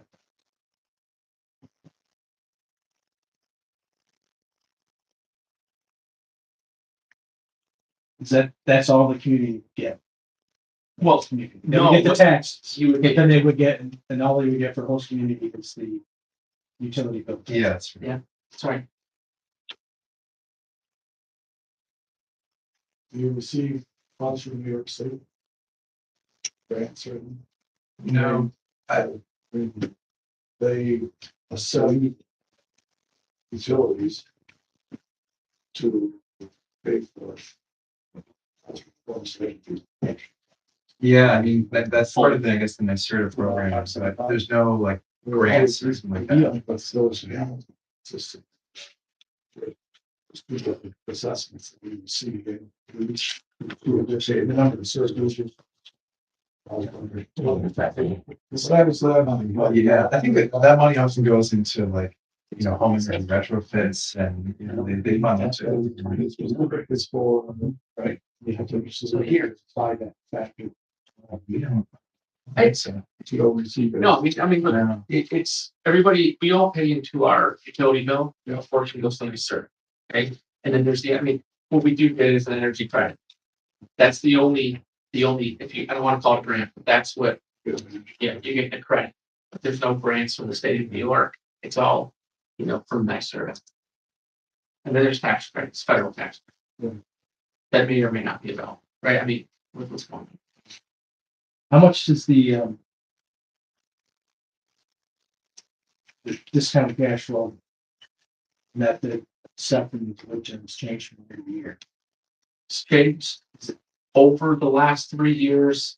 It's changed dramatically on solar for the, I'll say, because I'm a developer's attorney, for the worst part, for the developer, because the numbers have gone up. Wind, the number has gone down slightly, but it stayed relatively the same for wind. So one thing is the property tax, the very state. This method of assessing wind farm, could that potentially, you know, have a huge variable from year to year? But it's, yeah, it does, right? And it's a variable for both sides. And it becomes one of which, you know, what we're here for tax, I would call tax stability.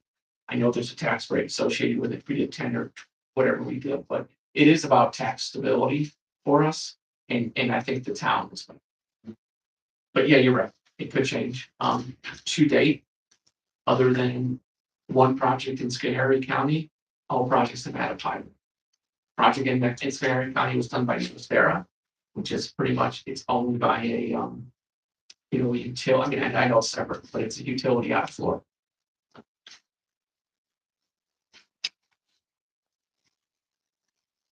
So one of the benefits for the developer and for the tax jurisdiction is tax stability. Knowing what they're going to get year over year for a certain. Versus the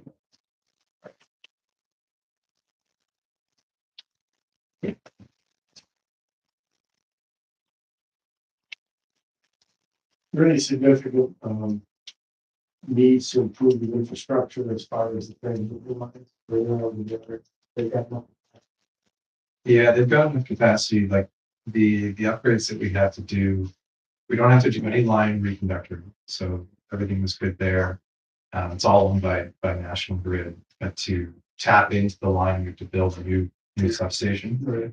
It has its own protection scheme, so if there's an issue with the wind farm, it basically shuts us out of the system, so. That's all like heavily regulated and the result of about 4 years of grid studies with National Grid and ISO. Otherwise, there's a few improvements that we have to make at the existing Banner substation, and then some at a substation further south, closer to Portland, but nothing there's no kind of a major. There's no battery technology involved in the city. Yeah. No battery company. Yeah, I mean, Banner is gotta be one of the windiest places in New York State, and so the project pencils just fine. Just, you know, operating up the wind, and that doesn't need batteries. Right.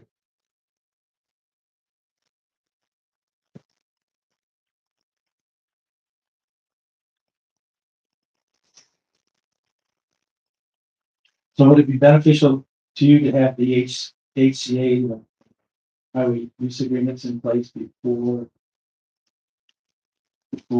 this one goes to public hearing? It's hard to say. I just, because everybody has a different opinion on this. In our, like you saw an HCA, so we have what I like to call the parity adjustment, so it's 8,000 megawatt. So do we need to have an HCA in place? No, we don't. But the reason we don't sort of that parity adjustment in there, and if we had, I don't know, I don't know how to say it other than say, like, I think both should be done in parallel. We're continuing to work with, they have one attorney, Jeff Egan. We continue to work with Jeff to try to finalize the agreement. At the same time, we're hoping to move forward with the pilot. So one of the things is, we've never approved an application that had opposition from the tax jurisdiction. So if you have these agreements in place before we go to a public hearing,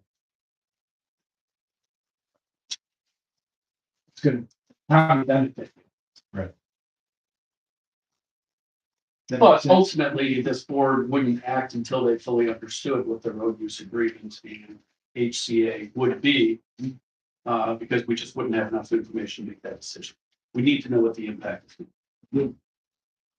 So just for the new board members, Well, and assuming that these agreements are in place, then the answer to that question is acceptable to protection to those jurisdictions. So if those agreements are in place, you've got the answer to that.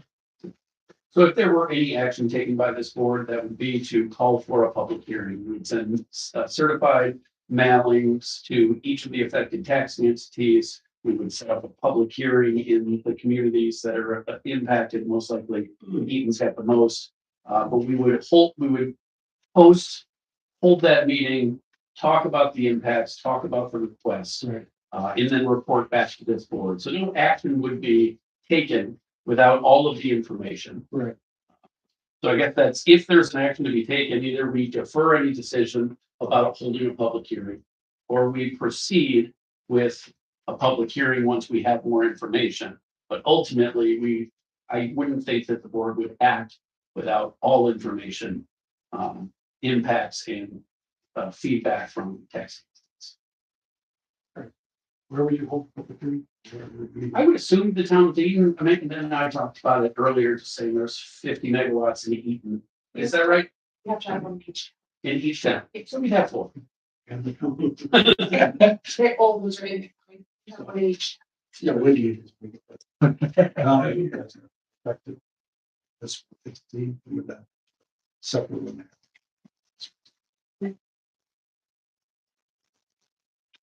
So are you eligible for local?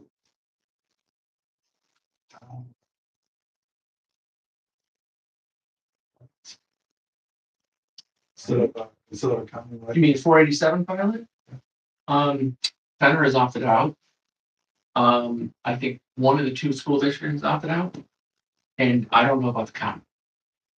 I believe the county's opted out. I thought I knew. Thought they've all all- the school districts, there's only 2 school districts. I Yeah, thought they both opted out, so maybe. Yeah.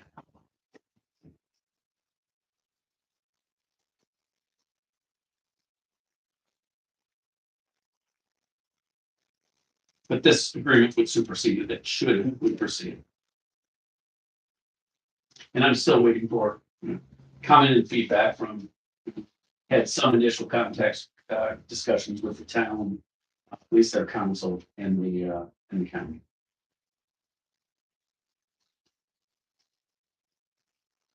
And I've indicated to Mark Simone, at least the company administrator, and Jim Cunningham, the chair, that should any action be taken, that the only action that would be taken at this point would be authorizing a public hearing and notifying taxing entities about the request. I certainly like to see the host community agreement and village agreements in place prior to public hearing. It's just, I mean, that could be, let's just say we finalize one in March, it doesn't get signed until April. And then we're looking at, running out of time, just to be upfront. Which without those agreements in place, would you still be able to start the project? Well, the question, we'd have to, I mean, honestly, we'd have to go back to the drawing board, because then we have to look and see how much we're paying in sales tax, how much we're paying in taxes up front, and try to figure out whether, whether it's economical. Right? Because there's a lot more it's, the payments are front loaded with both, you're paying your sales tax and you're paying the, a lot more in high tax, the taxes. But your taxes go down over the years 15 through 25. And Rick, there wouldn't be any preclusion of the towns, county, and school districts chiming in after the public hearing, still stating and us accepting comments from them based on the development of a road use agreement in host community. Which is that. Not trying to advocate one way or another, Yeah, just which saying has that. happened fast. So, rejected. Things, Yes. For any example, discussion and we haven't looked at the environmental impacts yet. And we would need to pass a secret resolution, at least accepting what others, what the other findings have been from OPUS. Or It's not subject to seeker, okay, environmental work. but no, you need to do that. It's there to action for seeker. Yeah, it does. It's not, it's exempt, so. It's exempt. Yeah. Yeah. But yeah, I understand your point, right? You know, but it was just a matter of, look, we're not trying to jam anything down anyone's throat. We know that's not gonna work. We know we're not gonna do a pilot without an ACA, but we still would like to move, you know, it together. So we're not trying to like use this as a leverage point against the towns. It's just to be frank. Yeah, the question from the towns is, what's the status on the pilot? It's kind of like this chicken and the egg back and forth, so. well, they're the ones that are mostly impacted. So we need to know that they're, whatever issues that they have been mitigated to their satisfaction. So, because, you know, there's a lot of things about this project that doesn't really check all of our boxes. Sure. Job creation, retention for one. That's, we're talking about almost a $500,000 project, one job, one full-time job being created and major impacts in communities. Negative impacts, not just the so financial benefit too, but that comes at a cost. Sure. We do have a mission statement. Clearly states that the key to the agency's mission is the creation and retention of job opportunities, diversification and strength in Madison County's economic base, and developing local economy and plan organized environmental capabilities. So we got to check those boxes. Or the benefits have to outweigh the lack of some of these items aren't. Yeah, I mean, I wish there was a way for us to forecast, like, I think about all the landowners in this project, the farmers who are looking for the revenue to keep farming, just the dairy farmers, but I guess we can't claim that benefit, right? Like if they can hire more staff and they can continue to grow their business, ultimately that's a kind of knock-on effect, like indirect, same with, during construction as well. Right? Well, some of that should be. The construction, yeah, contracting during construction, we can, but then there's how many people are going to be, the people who are working full time for construction, how much business is going through Morrisville, as a result, those are kind of this indirect benefits. Well, we can provide that exhibit. We do have an exhibit from the permit. That's Yeah, true. there's Yeah. socioeconomic exhibit if you want to see that. Yeah. Shows. Sure. Yeah, it's another program that's a payment that we're looking at, annual payment, outside of the community agreement. For a pilot, and it's about $1,000 a megawatt of an annual fund that we are surveying the community on what are areas of the community that people see need the most investment. We just got the survey results back. It's kind of a split 50-50 between agricultural preservation and more funding for emergency services like fire. So And utility.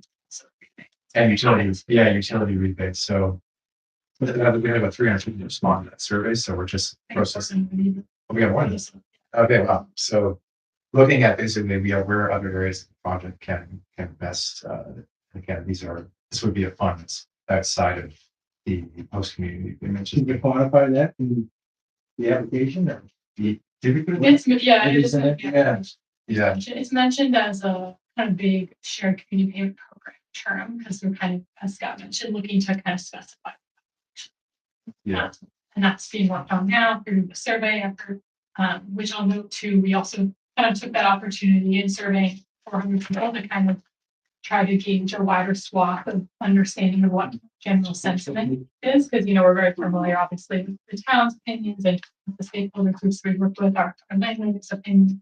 And the result of that survey actually did come back with around 70% of people viewing the project.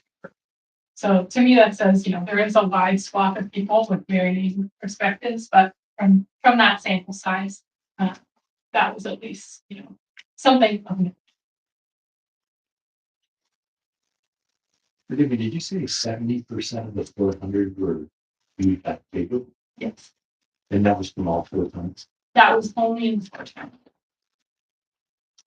And that's $1,000, wait, $100 minimum? Yeah. For how long? But about, And who's gonna administer it? We are, my accounts payable department. So is that, you said that's in the application, It's mentioned, yeah, in the application. so you don't have a page. Do you mean? Oh, sorry, not this stuff. You know, Oh. we mentioned it again. Okay, sorry, Oh, not- okay. We can try that. We're going to. That's fine. Sorry. Permit application.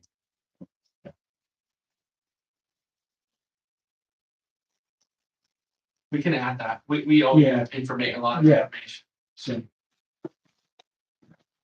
Oh, okay. are we having a meeting in February?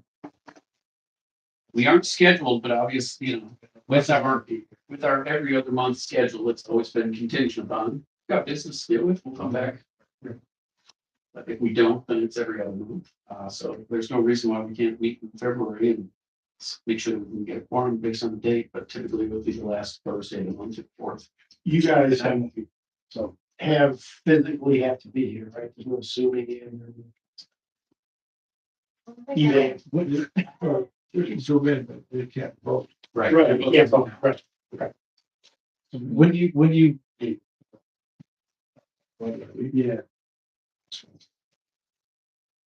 Where are you going? Yeah, we can meet there. It's warm. It's warm, yeah. Go to Alberta. It was just there. I don't know. That's where my bed is from. Okay. You could authorize a public hearing and wait to schedule it until you have the information that you feel that you need. That way you're not worrying about meetings and forums that are. But obviously up to you. Which again, we would schedule it when we find it fast, but if we were just simply holding on to that. No, make a conversation. Yeah. 14 days public notice. 10. Yeah.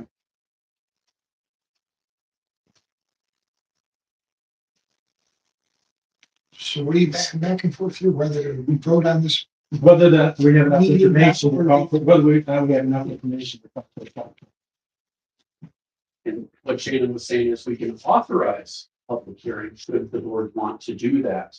But wait to schedule that until we have the road use agreement, the host community benefit agreement, and the other pieces of impact that the cost and benefit to the communities. And you think you want those things because that's going to strengthen their application, isn't that their risk? Well, it makes it, you know, we can evaluate things in a lot more informative way. You know, it's about disseminating the information that all the information is available. I don't make it. We're not really voting. No, but come to the public hearing, the public hearing should have all the information available for people to review it prior to the public hearing. So. I personally think we need to get a lot more of the information together and necessary. And have further discussions with those townships as well. My 2 cents. Disagree.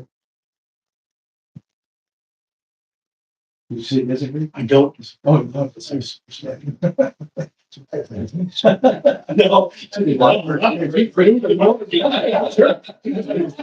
I can't let it get along.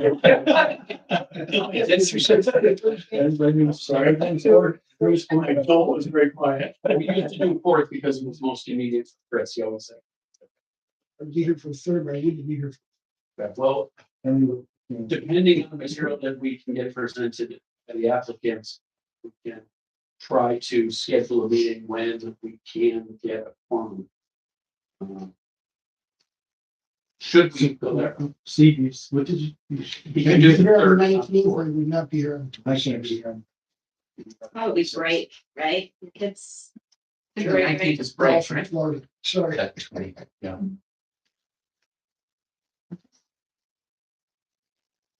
So you think it's gonna take months to get these agreements in place? Well, I mean, to, even if we finalize the agreement, we need another month to get the town boards to approve them.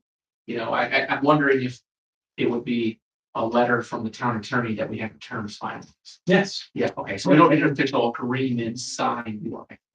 Yeah, Jeff might be open to that. Yes, Okay. getting, getting everything, not the nitty gritty, like the idea of the terms are finalized, it just haven't been signed. Something That'll that'll take something we can review.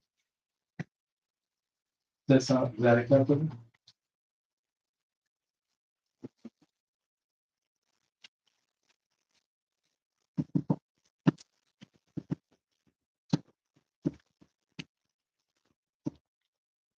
So how long would that take? I'm just trying to see if we can do schedule a 10 meeting for February. Absolutely. Do our 8 or I doubt we'll have, just a month, today's 22nd. It's gonna be hard, I guess, in a month. For the term sheet, the towns, yeah. March. So. Wait. But if you, Well,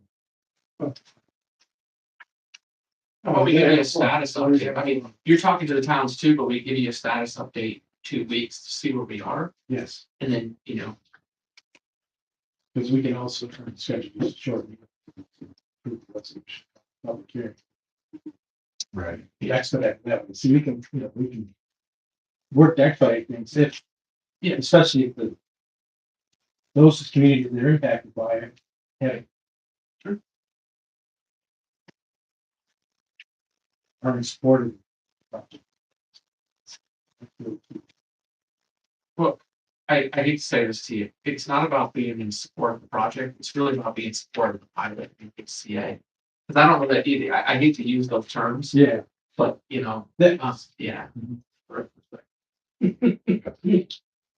Just being honest, right? I mean,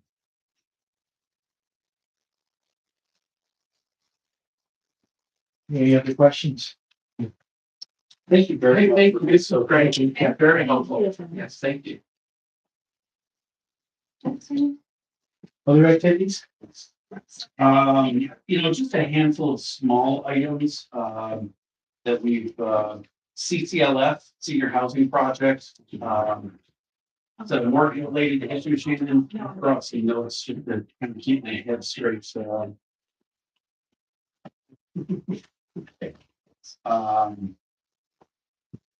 CPLF had a new mortgage, and that was complete. Aurora Vineyards has added a new member to their partnership. Sorry, here. And then just of note, Good Nature Brewing Company's current owner, DCC Ranger, has made good on all of their pilot payments. The school was the last, and that payment was finally made. I can look that up. Chris said he owed me a beer, he didn't pay. But we continue to hound them, and fortunately, they've made good on it. What is unfortunate, I haven't heard this from the company, I did see the property listed for sale on LoopNet. I guess there was always the possibility, being owned by a private equity firm, that they could sell the property. And maybe they're getting their affairs in order, I don't know, but Oh, yeah, it's a first right of refusal, they do. They I do. recall. Is that right? So for sure. I think that was part of the deal. Because they gave up the land. Yeah, so that, we're done with it.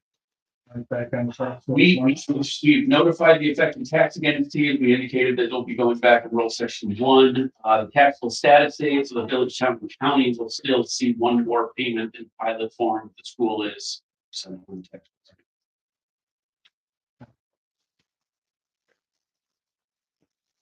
That's the extent of my updates. They're fairly new things. If you would like more detail, we're trying to get the parking lot sale with Dave Serpy completed. I think Shannon's been communicating with the city's attorney, and trying to get that last piece. I know that the owner is chomping at the bit. We still have a parking lot transfer in the city of Oneida for Hotel Oneida and Seasonings. Again, all part of that discussion with Nadine Bell from Pastel Cooney and Farron works in the city. I talked with Jim Monahan. I'm under the impression that he's got an agreement with Paul Marco on Madison Street, 155 Madison Street. So Jim Monahan, who had a DRI grant for the Devereaux Building on Main Street, a Restore New York grant awarded to the city of Oneida for a Madison Street project. He's trying to tie in a third to help with his economies of scale. So these downtown redevelopment projects are, they're trying to pull them all together. The slate of projects from the village of Chittenango on their New York 40 with New York Forward, which is the mini DRI. That slate of projects was sent to Albany. We hope to hear back in early sometime in the spring in 2026. Yeah, and I included some information on handouts. Seems like there's state legislation. The governor again pushed that all housing projects need to be assisted. Executive Order 22 that I presented at the previous meeting, coming down from the governor, was again emphasizing the public benefit corporations, IDAs and others ought to be assisting with the housing shortage throughout New York State. I know we've got a governance committee meeting coming up, and I anticipate that housing issue will come up. We don't officially have a housing policy, but we have assisted on numerous housing projects, as long as they're commercial multifamily housing projects, not individual homes. We've assisted in the adaptive reuse with the Hardin Plaza project in downtown Oneida, Lake Street in Chittenango. We've provided sales and mortgage reporting tax for Cass Barnes. We've assisted on 99 Albany Street, the old Napa building in downtown Casanova. So we've done housing projects.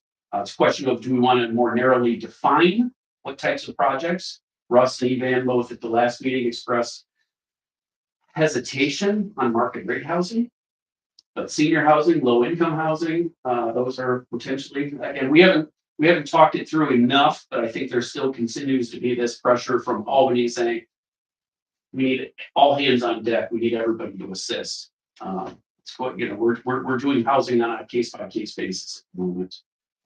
We often need to have a commercial finding, but our legal team is always helping to. But single family housing, we can certainly assist indirect. Just with, subsidizing infrastructure, extensive infrastructure projects. It's what Storm water. a lot of you're gonna developers see, like. you're gonna see some housing development. Just because there's some inventory. So. Mhm. You're gonna, it really comes hand in hand. You build a big factory, a big distribution center. You don't have any houses. Right, but they live in another county. Right, the builders are gonna go with infrastructure. Right. Yeah, infrastructure is, yeah, you're right. If you can help with the infrastructure, that's a huge. So that's indirect, Yeah, but we yeah. can do that. So it's huge. But senior housing, that's a direct benefit. And we have on the bonding front especially. So what are you hearing from board of supervisors about this project? What'd you say? Sorry. What is something we should not discuss or? Maybe. Let's get through this agenda here. So we passed a resolution for the ESD. Yes. We're going to defer the resolution of fund for public hearing. So our next meeting, which And we will plan to find a date that we can get quorum in the majority for a late February meeting. Is our intention. And you get an email and keep everybody up to date on the information. I will, yeah, again, they've got a lot of material that they've promised, and I will continue to forward that out to each of you. Yeah, you should send that, what you sent to me. The ORES, there's a lot to digest, but I'll send it out. But you can pick and choose. Yep. I mean, I looked at the findings, it's quite very interesting. And it also has, what the county's position was, letters from the county, letters from the applicant to the patient, so that's all in there. Follow up on that. Yeah, it's just that, you know, if the project's gonna happen, so I didn't there's opposition. We're the only agency that has the ability to get the county, town school district a good deal. That's stable. Something they can count, on. So, I mean, that's the only benefit I would see out of it. We hopefully, Are they required to show us that the project will not be successful without them? It's in that state. They made this, they have a station. but- Yeah. Yeah, I know. Oh, yeah, Shouldn't they be required to show some figures to show what for our approval of the community? You can ask for that other information, but have you asked that from other projects? Why is this? Because they said, Every project said it, it seems like. I'm not sure everyone does. It's a required statement in your application. Everybody checks that Oh, box. yeah. well, there's been projects that didn't check.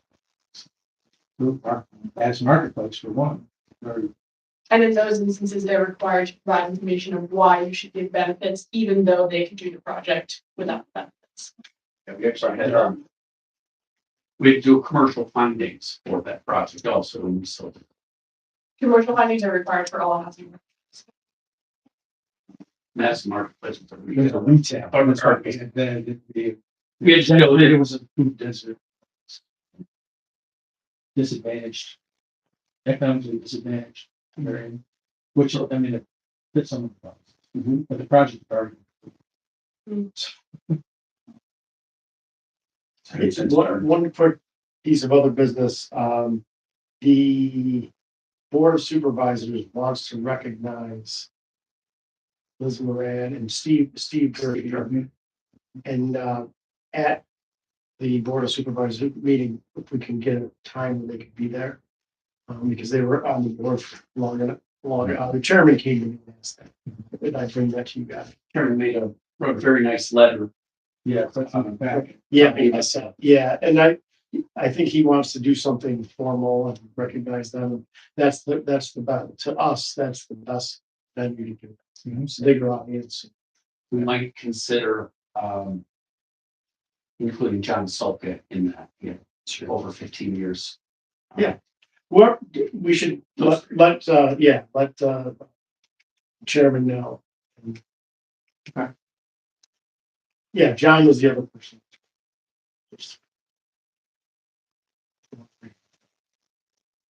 Until after.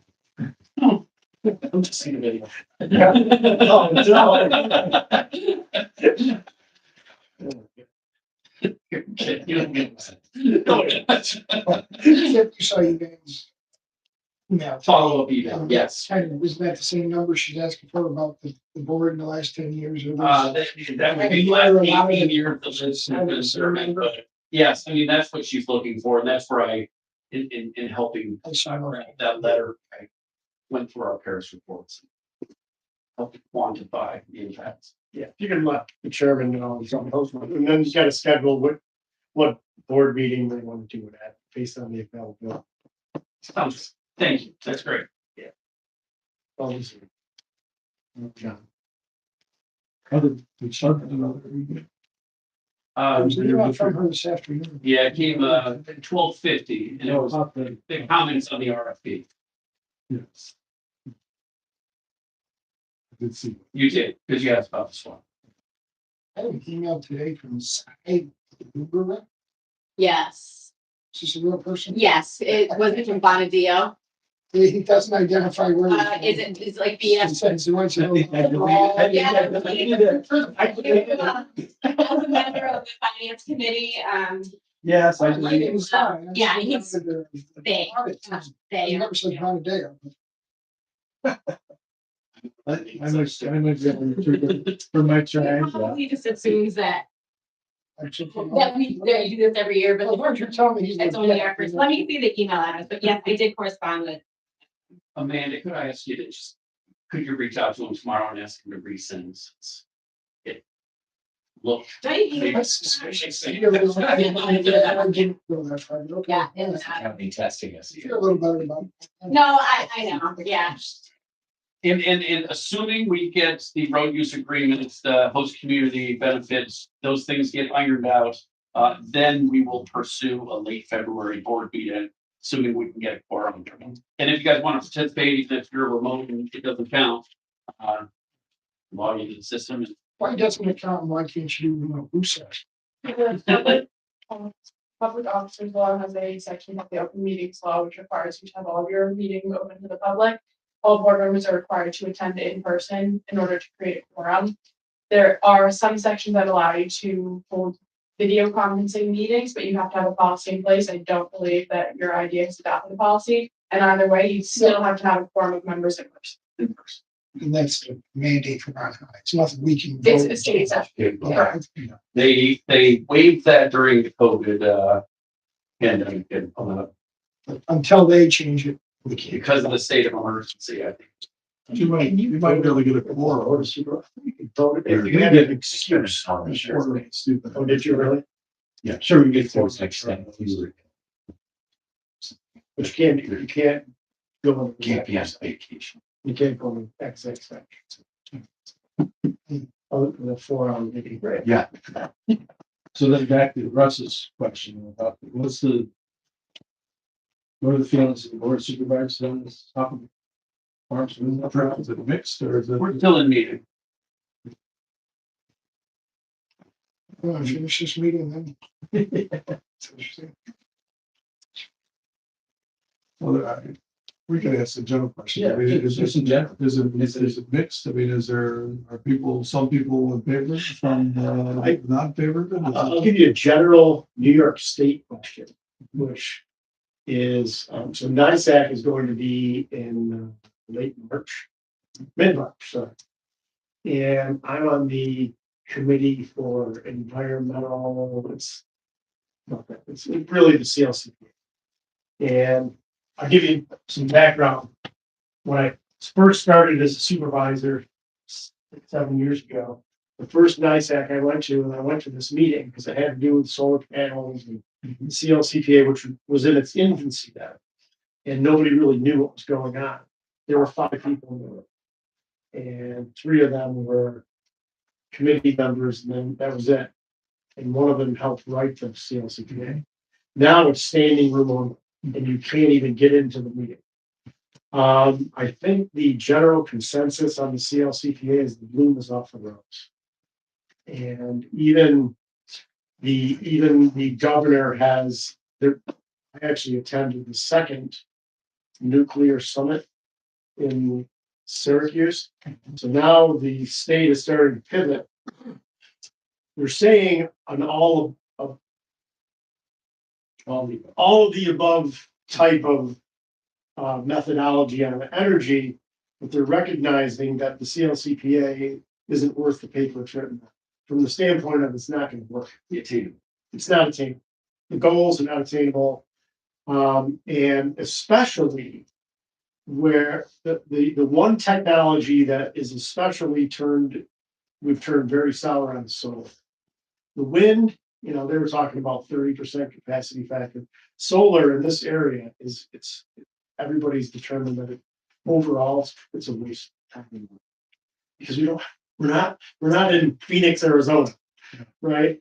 So these projects, once they start taking roost and once people start seeing their electric bills go up, and a lot of those electric bills have gone up because of a portion of that bill that Niagara Mohawk is charging you, hidden in that number is the CLCPA mandate. So they're trying to build infrastructure and build into the system, trying to meet these goals.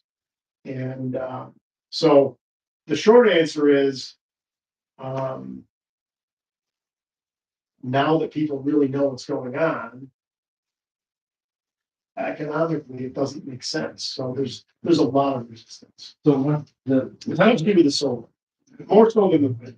county has a windmill policy, wind farm policy.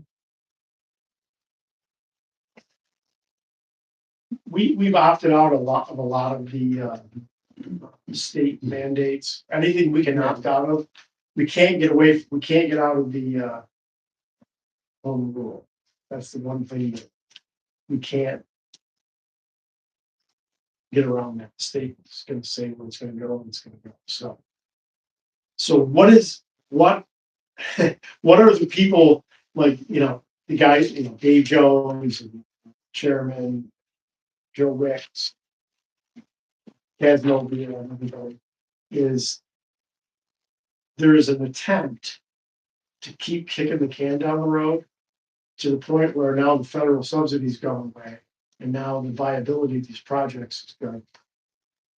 And they're gonna go somewhere wherever they can put their solar panels. And it's not gonna be Erie County or Madison. So that's sort of, that's the tea leaves that we're reading. Now, what does that mean from a legal standpoint? I mean, is Kathy Hochul going to continue to mandate these? If you go to NISAC and you talk to some of the other counties, Niagara County in particular, they have, because they're right there, next to, Niagara Falls, and there's so much infrastructure there, and it's flat, arable, tillable, beautiful land. It's all being covered by solar panels. Yes, that's You want to hear That's a- what we could be like 10 years from now if everything continued? Talk to the Erie County Administrator. So I think it's probably going to die an ugly death. the soul. Yeah, for sure. And wind is definitely a more viable technology, depending on where it is. Yeah. Well, at one time, I mean, the county was very supportive of wind farms. That's all. Seems to have split, at least some of the. But that is the one, when you spot New York State, what else are we gonna see up there? Right. And it does make sense. If you're going to put a wind farm, you put it on the windiest spot in New York State, for sure. And You're gonna stop a lot of housing development. Who's gonna wanna build? But the wind farms are placed were on mostly on agricultural lands that are never going to be housing development. right. Not developed, but individual. See, the other thing is that at NISAC, you've got the ag group, which is a very powerful lobby in New York State. Then you got the environment. Now we're being merged because all of this CLCPA is affecting the agricultural ability of the state to continue to produce. And it's more, like I said, it's more of the solar, because solar just covers the, for lack of a better term, like some of my friends out in the Midwest call them glass farms, not solar farms. But then you've got the competing, now that Chobani's here, now you've got two very large competing businesses for that piece of property. One is solar, and the other one is dairy. So that's just what I'm seeing. I've been involved in it from the beginning, just because I truly believe that the solar industry has sold us a bill of goods. They really have. And it's not, when someone goes to a town and they come to the city of Oneida, and they come into the common council meeting, and they say, we're going to put a 50 megawatt solar farm in this area, and it's going to power X amount of homes and do all that. It's not true, because they're telling you what the nameplate capacity is. And nobody ever talks about that. And when you explain it to people, obviously the sun's not, is gonna, goes down, so the highest you can get is in the high forties, right? Even if it's near the equator. So those are things that are starting to come to. So that's my opinion. In the county, we know that. We've known that before the general public, just because we saw the law and we read it. That's my 2 cents from where the county stands. They're not really keen on it. Should, for our economic development strategic plan, this doesn't mention, wind or solar. Renewable energy. Renewable. Should it be, I'm not exactly sure how, because that might be a really large topic. To do, there might be at least some mention in there. And provide some. Yeah, but things you want to Some do, sort of an take an inventory of what what you have, and resources. We've got a lot of wind. We do. We have a lot of. That's a resource. You got limited. Most scary stuff, we say, great project if they're appropriately cited. That's the big problem, appropriately cited. Who makes that determination? New York State. And is that really that's really the problem where there's so much opposition, because Yeah, states dictating. the LTPA and then the additional, the adders to that have shoved it down the throat of people that don't know. I was surprised they said it was exempt from C. That was part of the state. Like 2X. I was really surprised. So do we still have to pass a resolution, or is it type to exempt and type to, or? So typically how we handle this is in the approving resolution, if you make it to that stage, include language acknowledging that it's handled by the ORS process and it's exempt from secret, there wouldn't be a separate resolution. Okay.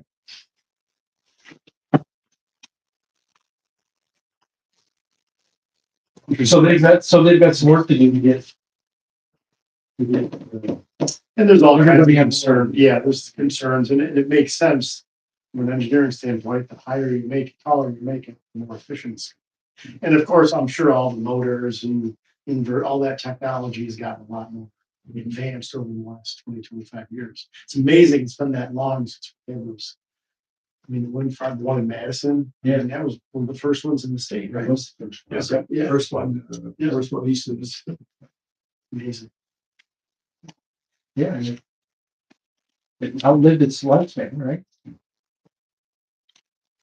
I personally don't mind looking at windmills, but rear warm, I don't have one of that. Yeah, I think we're down just the next.